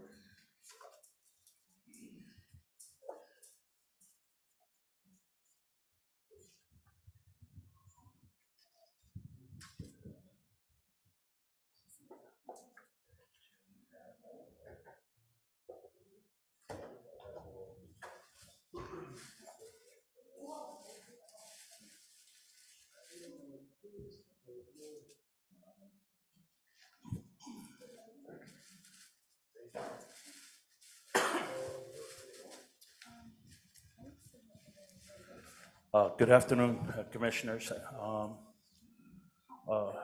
My name is Bo Kahui, and I'm with the Laiapua Community Development Corporation. With me is Charlene Kahumuku, a Village Association board member and a board member of our Laiapua CDC. You're receiving a handout. It's a resolution by our board, Laiapua CDC, in support of the department's RFP related to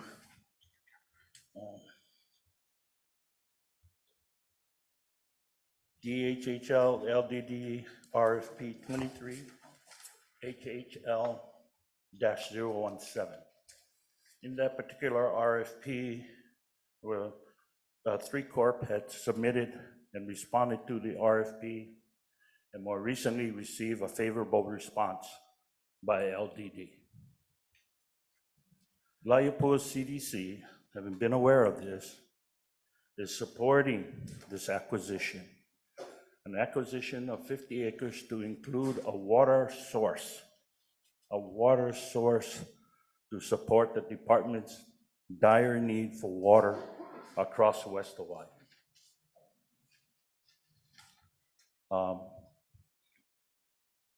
When we look at the resolution, I think on the second page, second paragraph, you have a more favorable price related to that.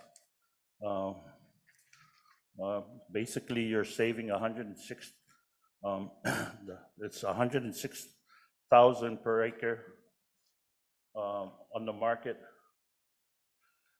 However, I think the price that's provided is 96,154.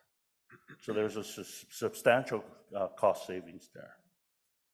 I think the important thing with this initiative is the fact that it'll bring interim water source to our homestead. Currently, the department has no water to build housing in Kailua Kona or anywhere else for that matter. Kau, Kauai High. You know, we don't have the water we need to meet the department's need to meet the obligation, your obligation to provide affordable housing to our beneficiaries. This particular RFP helps the department to get there. Any questions? Okay. I also included a map of the 50 acres to include the well site that's been identified on there. The area of the transmission line all the way down to the highway. You know, so the parcel itself is 50 acres, but when you include the transmission line, the tank and everything else, I think it amounts to about 55 acres in total. Next, I'd like to be brief. I have wanted to bring up our PowerPoint presentation. And if you go get back to page 1. Yeah, okay, so this is a right of entry disposition related to our preschool. So we submitted this disposition January 18, application for a right of entry of this past year. Next. This is the memorandum that we issued. Next. We fill out the application as provided for in the requisite form to seek an ROE. Next. Next. Oh, never mind.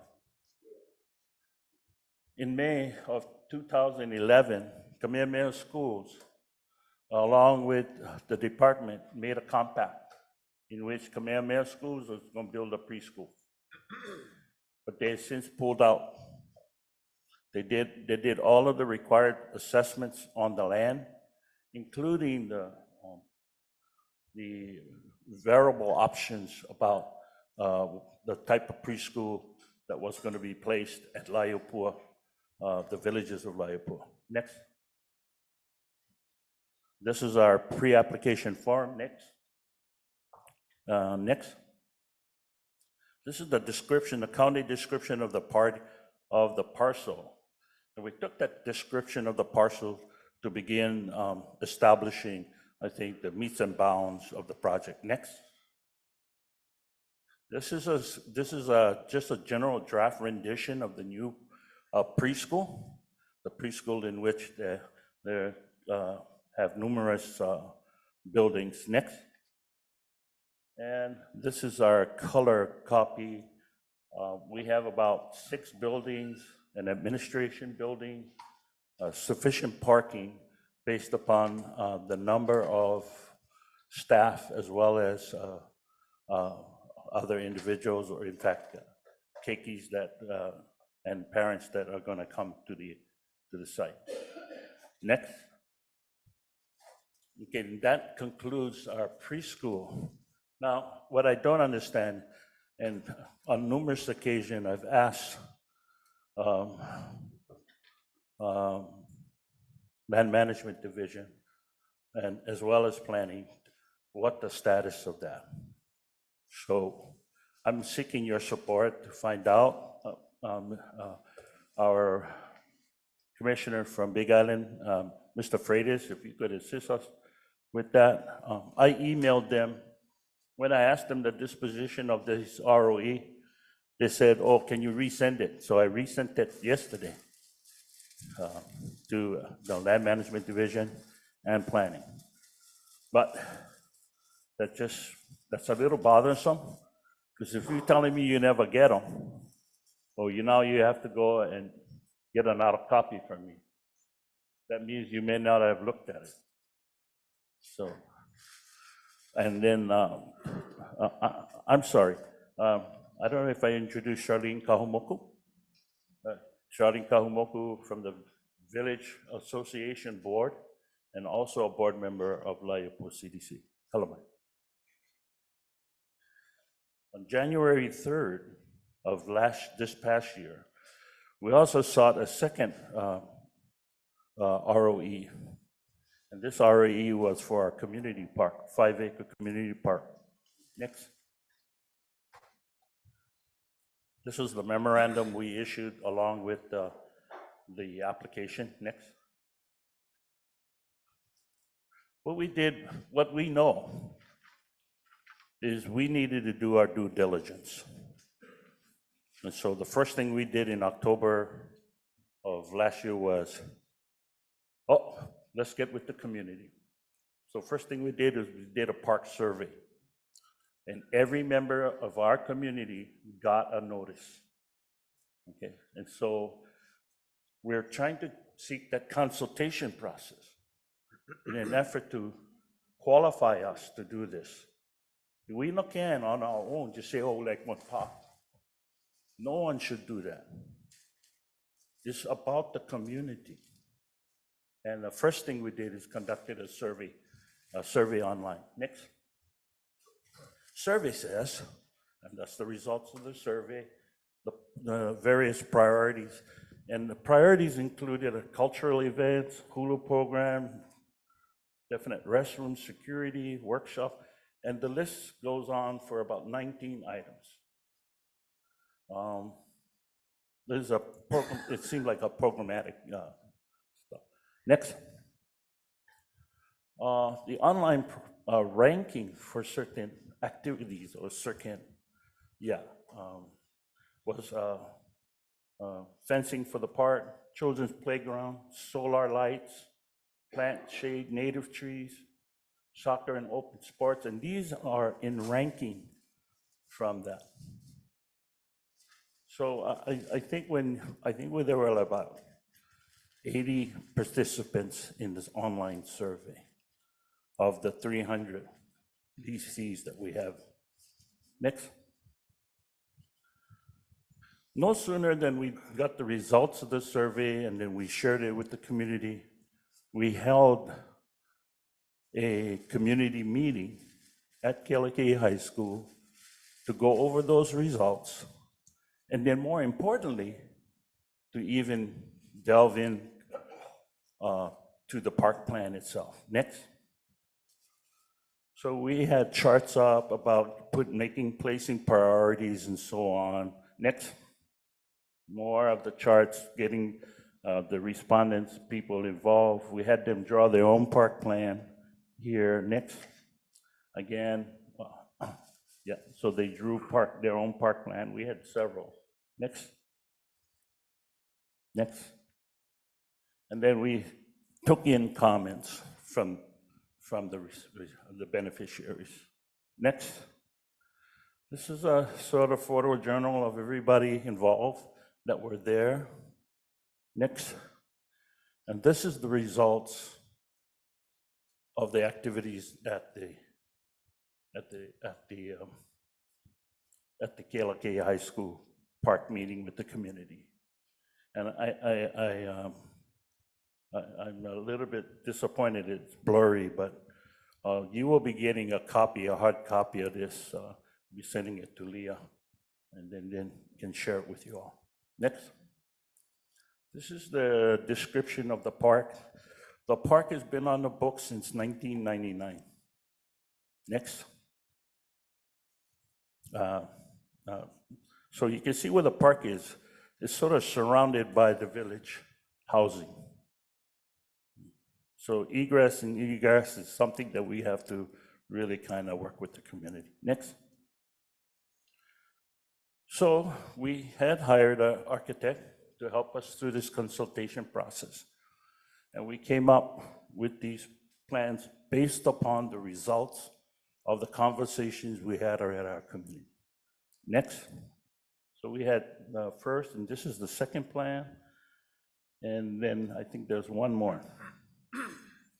So these variations considered what our beneficiaries or what our homesteaders were telling us.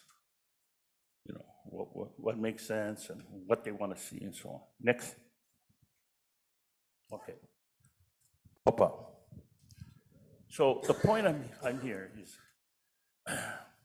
with respect to the preschool, we think we have the capacity to make that happen. On January 7th, December 7th, in a couple of weeks, we'll be meeting with the Lieutenant Governor. Lieutenant Governor received $300 million, I think it was last year, for preschool development. She is the champion for preschool development in this state.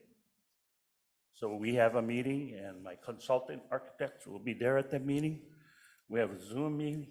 You're welcome to attend. We encourage the commission to participate. But as you can see, we're not waiting for decision on the right of entry, because I think our community was loud and clear about having early education in our community for our beneficiaries. And when Kamehameha went pull out, I said, Heva, not right, not Pono.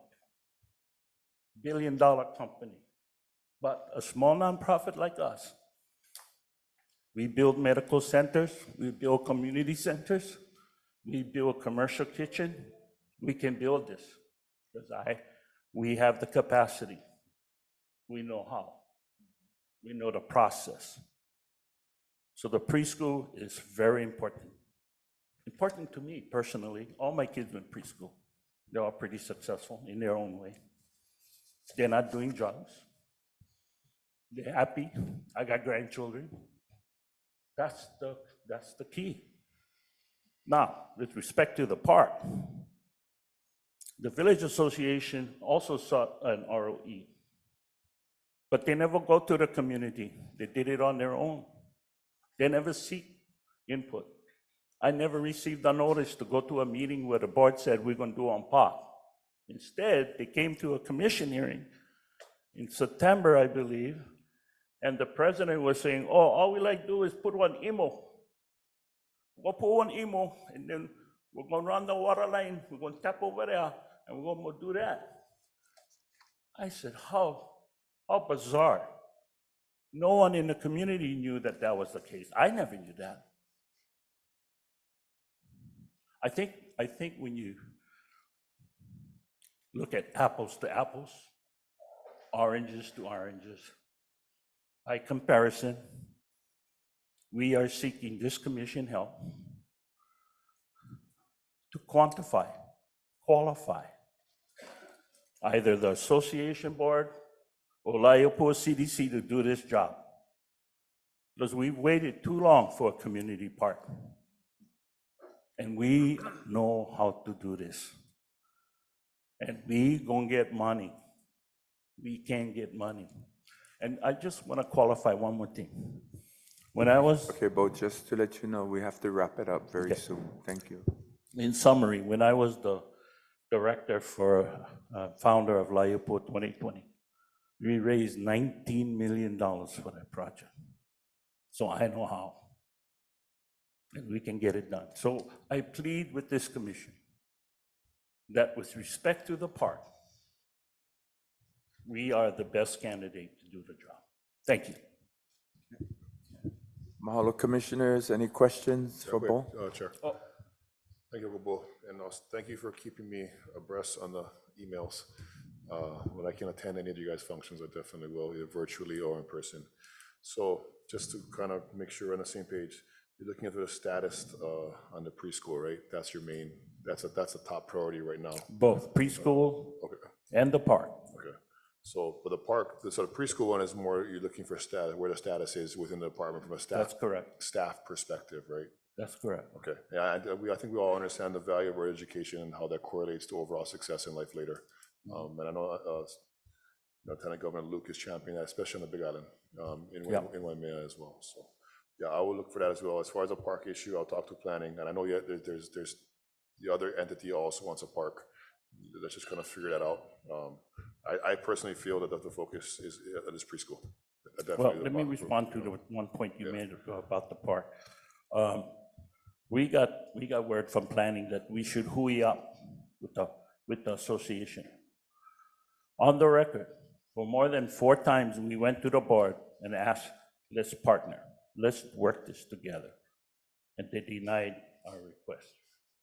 So, the Popakiki, this board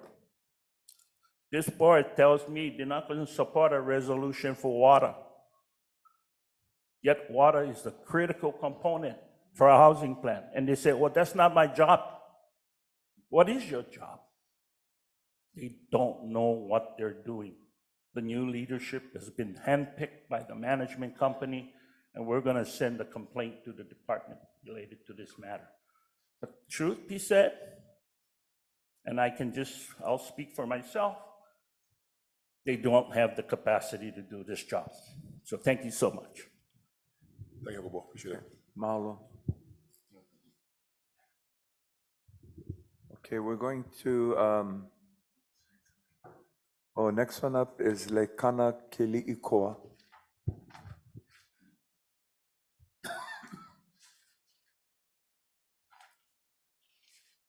Aloha, Commissioners. Thank you for the opportunity. My name is Lokana Keli'ikoa Pua from Waianae Valley Homestead. Being new to the process, I missed my spot on the J4, and that was with the Waianae partial, of which Patty had referred to as the sewers. I just wanted to come up here and to voice my kāko'o that I hope that you folks will consider to continue to support us. Yesterday in sitting, because we've been in the association for 43 years, gone through many challenges, many boards. Actually, this board has been on board for quite a number of years because of the fact that there are no one who's raising up their hands to wanna take a spot. I think many of our homestead associations have that challenge of people engaging, but we still continue to persevere. We still continue to holomua with whatever we have. We try our best here at Waianae Valley. The means of us getting out is to our Facebook. We have a community board that one of our ohana, as you enter into our homestead, they have a beautiful fence that we can use as our community board. So how do we get out to these people with an association that has minimal financial resources? And that is by our community board, mouth to mouth. We have Facebook, those kind of things. And so we have engaged our people in informing them of this partial that we are encountering in. It is a new venture for us. It's the steps that we're going through. So we thank you for your continued patience in those steps. We were given the right of entry in September of 2022. At the last meeting that Chairman Ayla had there in Nanakuli, where you folks had joined us, what caught my heart was that he was saying, don't wait for us. Take that step. And that's what we're doing, is we're not waiting for the DHHL to tell us what to do. We're trying to dream big. And also yesterday in some of this conversation that was happening, we had found out there's some failures and some of those failures were not looked into helping our people to be better successful. And so even as us as Waianae Valley being here 43 years, we are still in those steps of getting through that process. We've had 2 other people in helping us to get like our 501c3s, but now we have Waianae Economic Development Corporation, who has really been helpful in helping us to move forward. I'm just asking that you continue to support this. You know what hurt my heart, and our chairman knows because I brought it out several times when we've had community meetings, that even though you folks gave us the right of entry, I didn't know that the department, or I heard, I don't know if it was his plans or not, actually had something else in mind. And that was hurtful to give us the hope of being able to dream, give us the hope of being able to help our beneficiary to beneficiary, giving us the preference of this. And then when I heard that and I called it out to the chairman, I said, but you are not the one that makes the decision. Is it not true that it's the commissioners who makes that decision? And for you to undermine us by having this other contractor set up housing for students of which Waianae Comprehensive have already occupied a lot of our homestead lands, and that build up there, you already have something there. He was saying that we were also with the kupuna. He wanted to put the kupuna in our stink pot. However is that you would even consider to put my kupuna there with the sewer plant? There are other things, there's things that was questioned, and I was so hurtful by that he would even consider putting our kupuna. He would even consider wiping us out and having new plans, as was exposed by Ms. Myers, Jermaine Myers. Now, whether those plans were set in, it seems to be, we got our ROE in December, and yet in December, those plans were already made. He already had it built out. Now, I'm not having, I'm not please forgive me. It's not whether it's the he, and you know what? I supported him at the Senate hearing. I told him, I supported you, but it doesn't mean that I agree in everything that you're doing. I supported you, and he knew that I supported him. I spoke up. I spoke up for him. But as an individual, it's integrity is what is so important. Our accountability and responsible to the beneficiaries. That's more important than your own personal gain, if there is a personal gain there. But all I'm saying is allow us an opportunity to go through those steps. Help us, in part of that failure, what have we done as a department to help our people? What kind of workshops are we giving to our people that we have to go and search through other avenues when we're not even tapping into our own resource? But forgive me, because we are trying to do that. We are trying to take those steps. But I just wanted to ask you to please consider and allow us to go through those steps. I have heard about ROEs, people have been there 10 years, and it seems like we're getting rushed within this certain time period that we need to get all our ducks in order. We're trying, we're getting there. So I'm just asking that you continue to be patient with us. We want to dream. We want to give a place for our people to call theirs. That here in Waianae, we have something in Waianae as Nanakuli Villages has of their own. And even then in growing out, we had asked for a small part of that. We were told that we could only have a small part. We want to grow big. We want to give this opportunity to our people. We have so many artisans. We have so much culture that we could have for them as well in these bays, whether or not we're going on the existing or whether or not we have to tear down and build again. Again, we don't know what that would look like. We're still going through those steps. But we feel it's an opportunity, not only on Christmas on the Ave, or we're having Ho'olaulea, but that our people should have this available Monday through Friday, weekends, whatever the case might be, not only on occasions. And so that's why I'm here today. And thank you for allowing me to come up at this time. I missed the opportunity, but I felt it was important that these 2 days that I took off, that I needed to be a voice to be heard as a beneficiary. Beneficiary, serving beneficiary.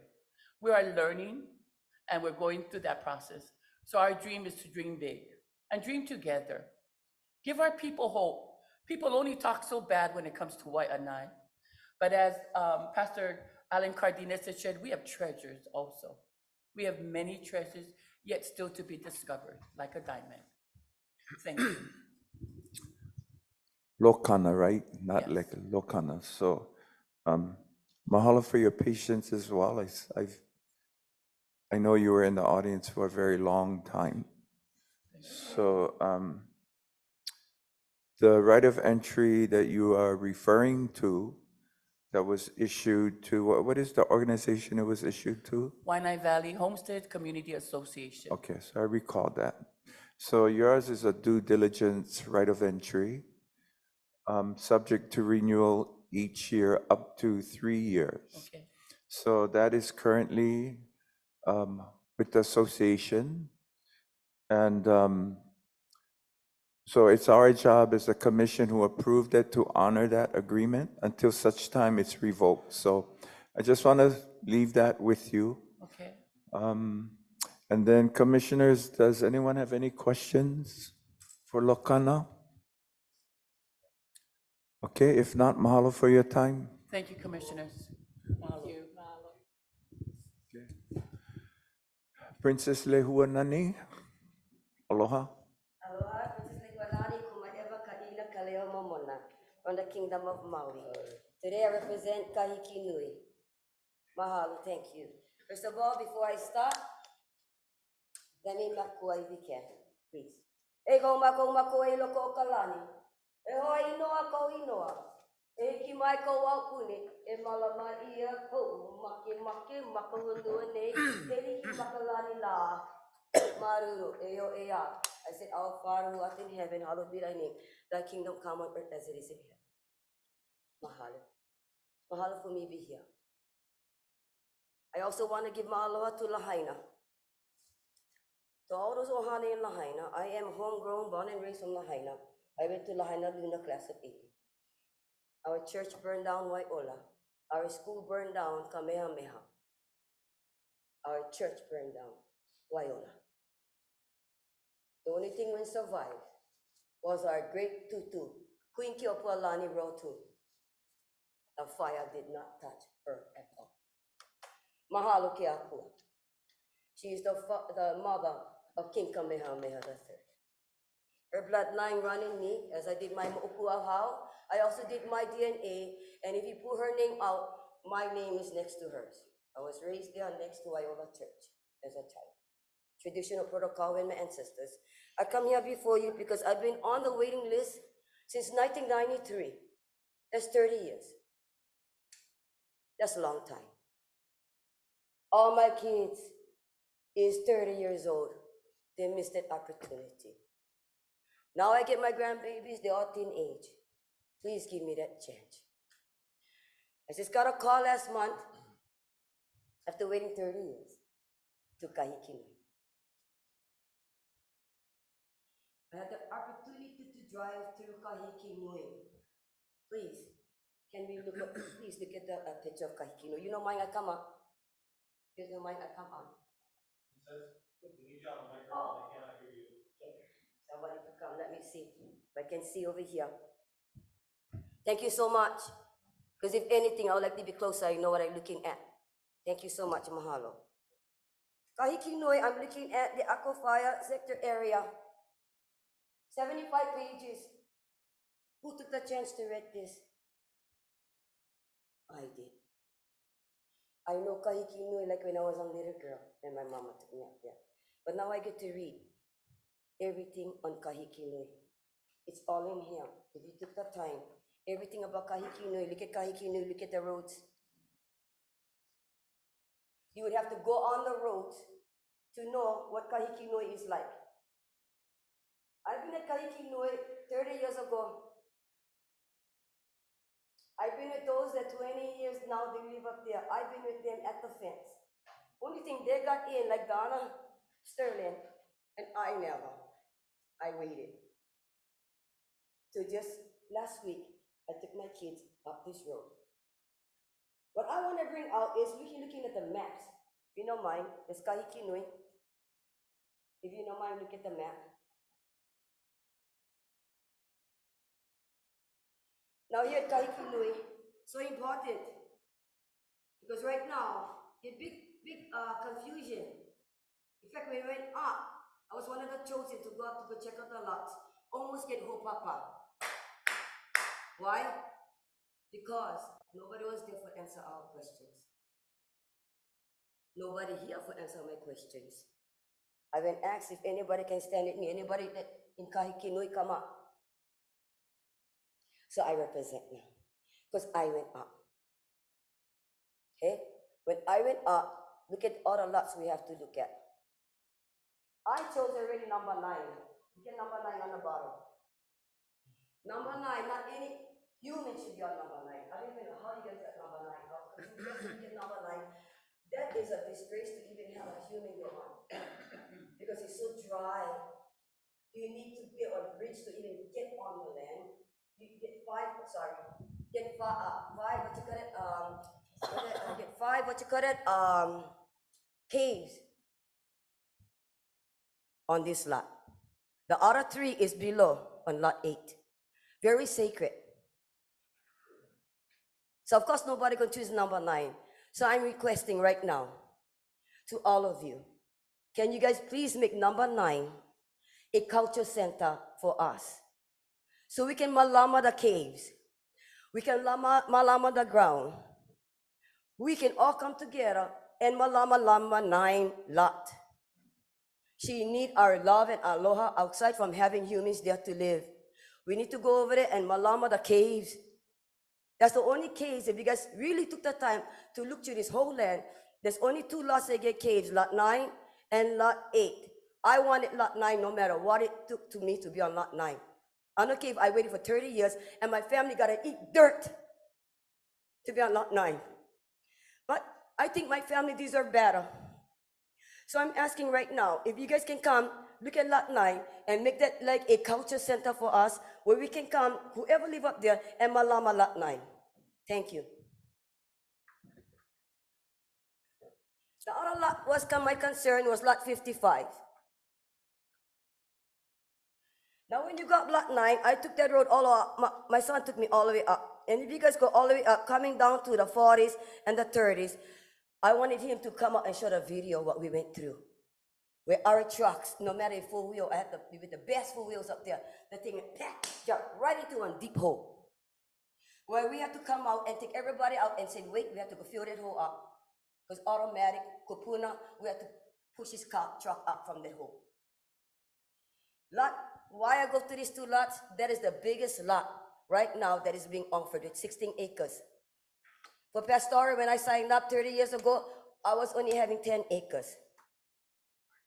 But if you go into the lot 9 and lot 55, they gave up to 16 acres. But lot 9, like I said, the family will get hard time to live on there without electric, water, and sewer.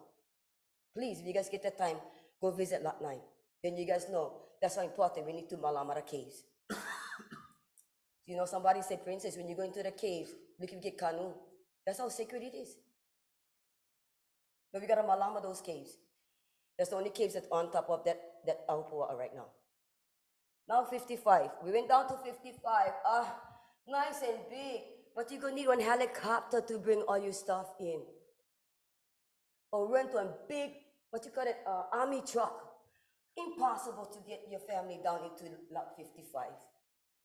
These are the things that need to be mentioned. Because right now, it's like, Princess, go on your island, you're finally on after 30 years, and shut your damn mouth up. Be happy. But I cannot be happy knowing that we as Kupunas now, age 61, as you guys said, for Kahikino, I'm 61. Finally, this is the first step on top any kind of DHHL lands for 30 years. And I've been here for a solid 9 years. This is a turnover, right? This is a turnover for me. You guys are brand new, okay? When I came here 9 years ago, I had 4 more other people that I will deal with. This is the 4th chairperson, which is not even here that I can introduce myself to, unfortunately. So now looking at these maps, we're looking at now, okay, what is available? Now if you look, I don't know, let me go show you guys. I gotta walk. I can talk loud enough for years. You see all these numbers? That's all what you guys got. If I get on that, for instance, lot, what you get 55, maybe this lot, look how much here. That means you could only want 10-acre land and have the land all get these sites on. That means all my land will be all, I can get on. See all that? So you just giving me 10-acre land, the audience that I cannot even go because what is all the sacred places are. I lose at least half land already. Right? That's what we're dealing with. Another problem was that almost a big fight that they bring up. A couple of brothers came up and said, hey, you know what, Paula, Paula, no, sorry, Calamar. Charmaine, hey Charmaine, almost get big fight. Another brother had to come in between us. I got him on video. And the fight was, you know what? When I was sign up, my father got me sign up 30 years ago was pastoral. Now, the picture changed, the zoning. Why? Now you guys call me Kuliana. You know what Kuliana means? Now we can add house on top.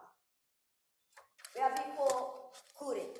I waited 30 years for not to house on the yard because I was going to get on my house. Now you guys tell me the zoning changed after 30 years. Now we get Kuliana. So I said, okay. This is what we all said that day. Okay. Now you guys get Kuliana. I will put houses up here. What about my residential? That I waited for 30 years in Lahaina. I lose my residential. Why? Because they said, if I take the Kuliana at Pestaro, we only can build one house. You're going to build a house on your Pestaro, Kuliana, or you're going to build your house in Lahaina, which I was waiting for 30 years, and now I got to give them up to be on this land. That is very unfair, and that was the fight was. Why am I going to go give up my 30 years of waiting for getting Lahaina, where I was born and raised, to get into wonderful Hawaii, and now I gotta give that up because then now you guys got this Kuliana where I'm gonna put my house on top that's still on rocks and everything up. You guys made it hard for me to live with my kids. Why going 30 years to show my kids inside rock? Dry. No life. And for throw my great-grandbaby that was just born.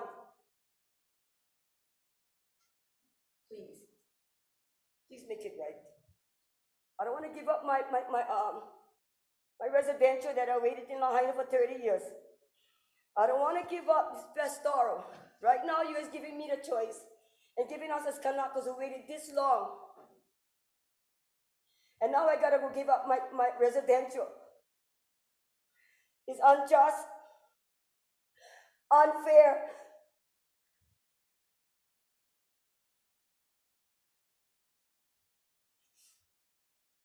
It's unjust and unfair.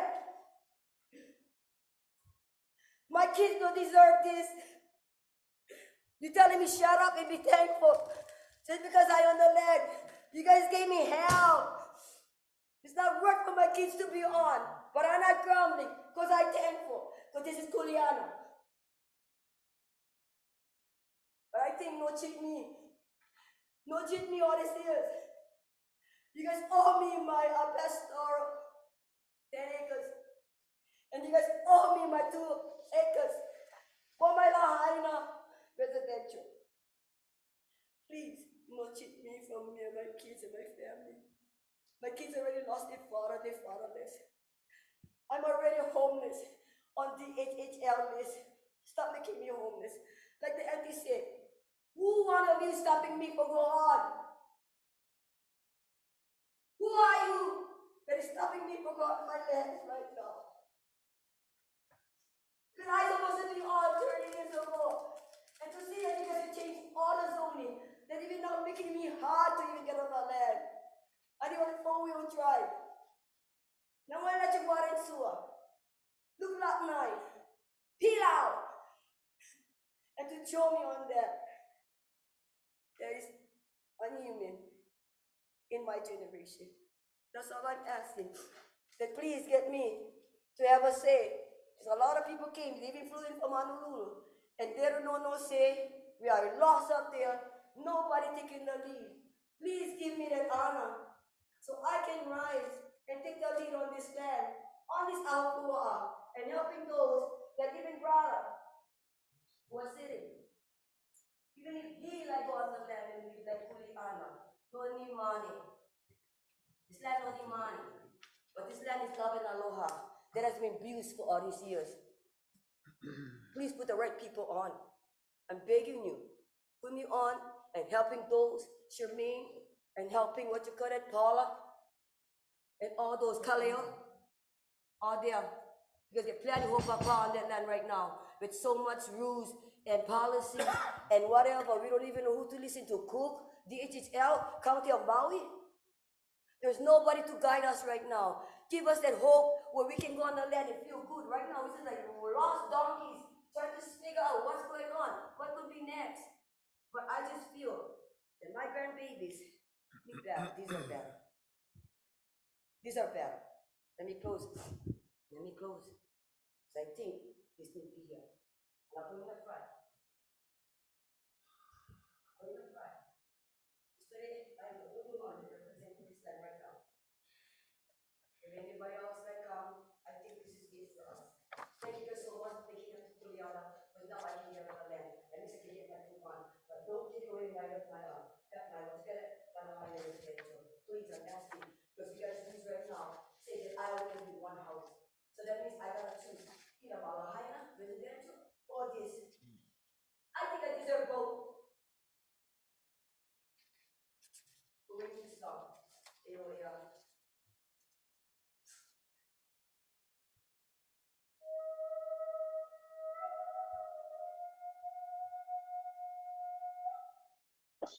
Mommy.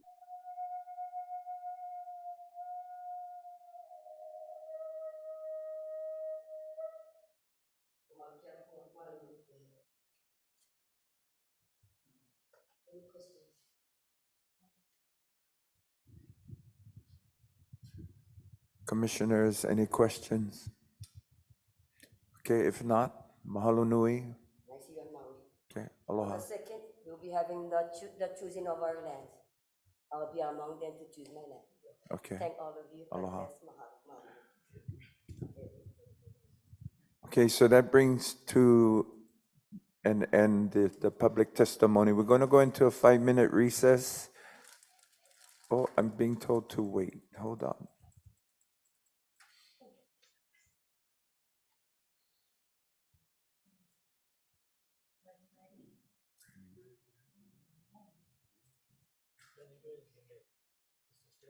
Okay, so we have come to an end of this month's agenda. Mahalo nui for your participation. Next month's meeting is scheduled for December 18th and 19th, 2023 here in Halepono'i. Next month's community meeting is on December 18, 2023 at the Kamehameha Schools Community Learning Center in Maili. Can I get a motion to adjourn? We are adjourned. Mahalo.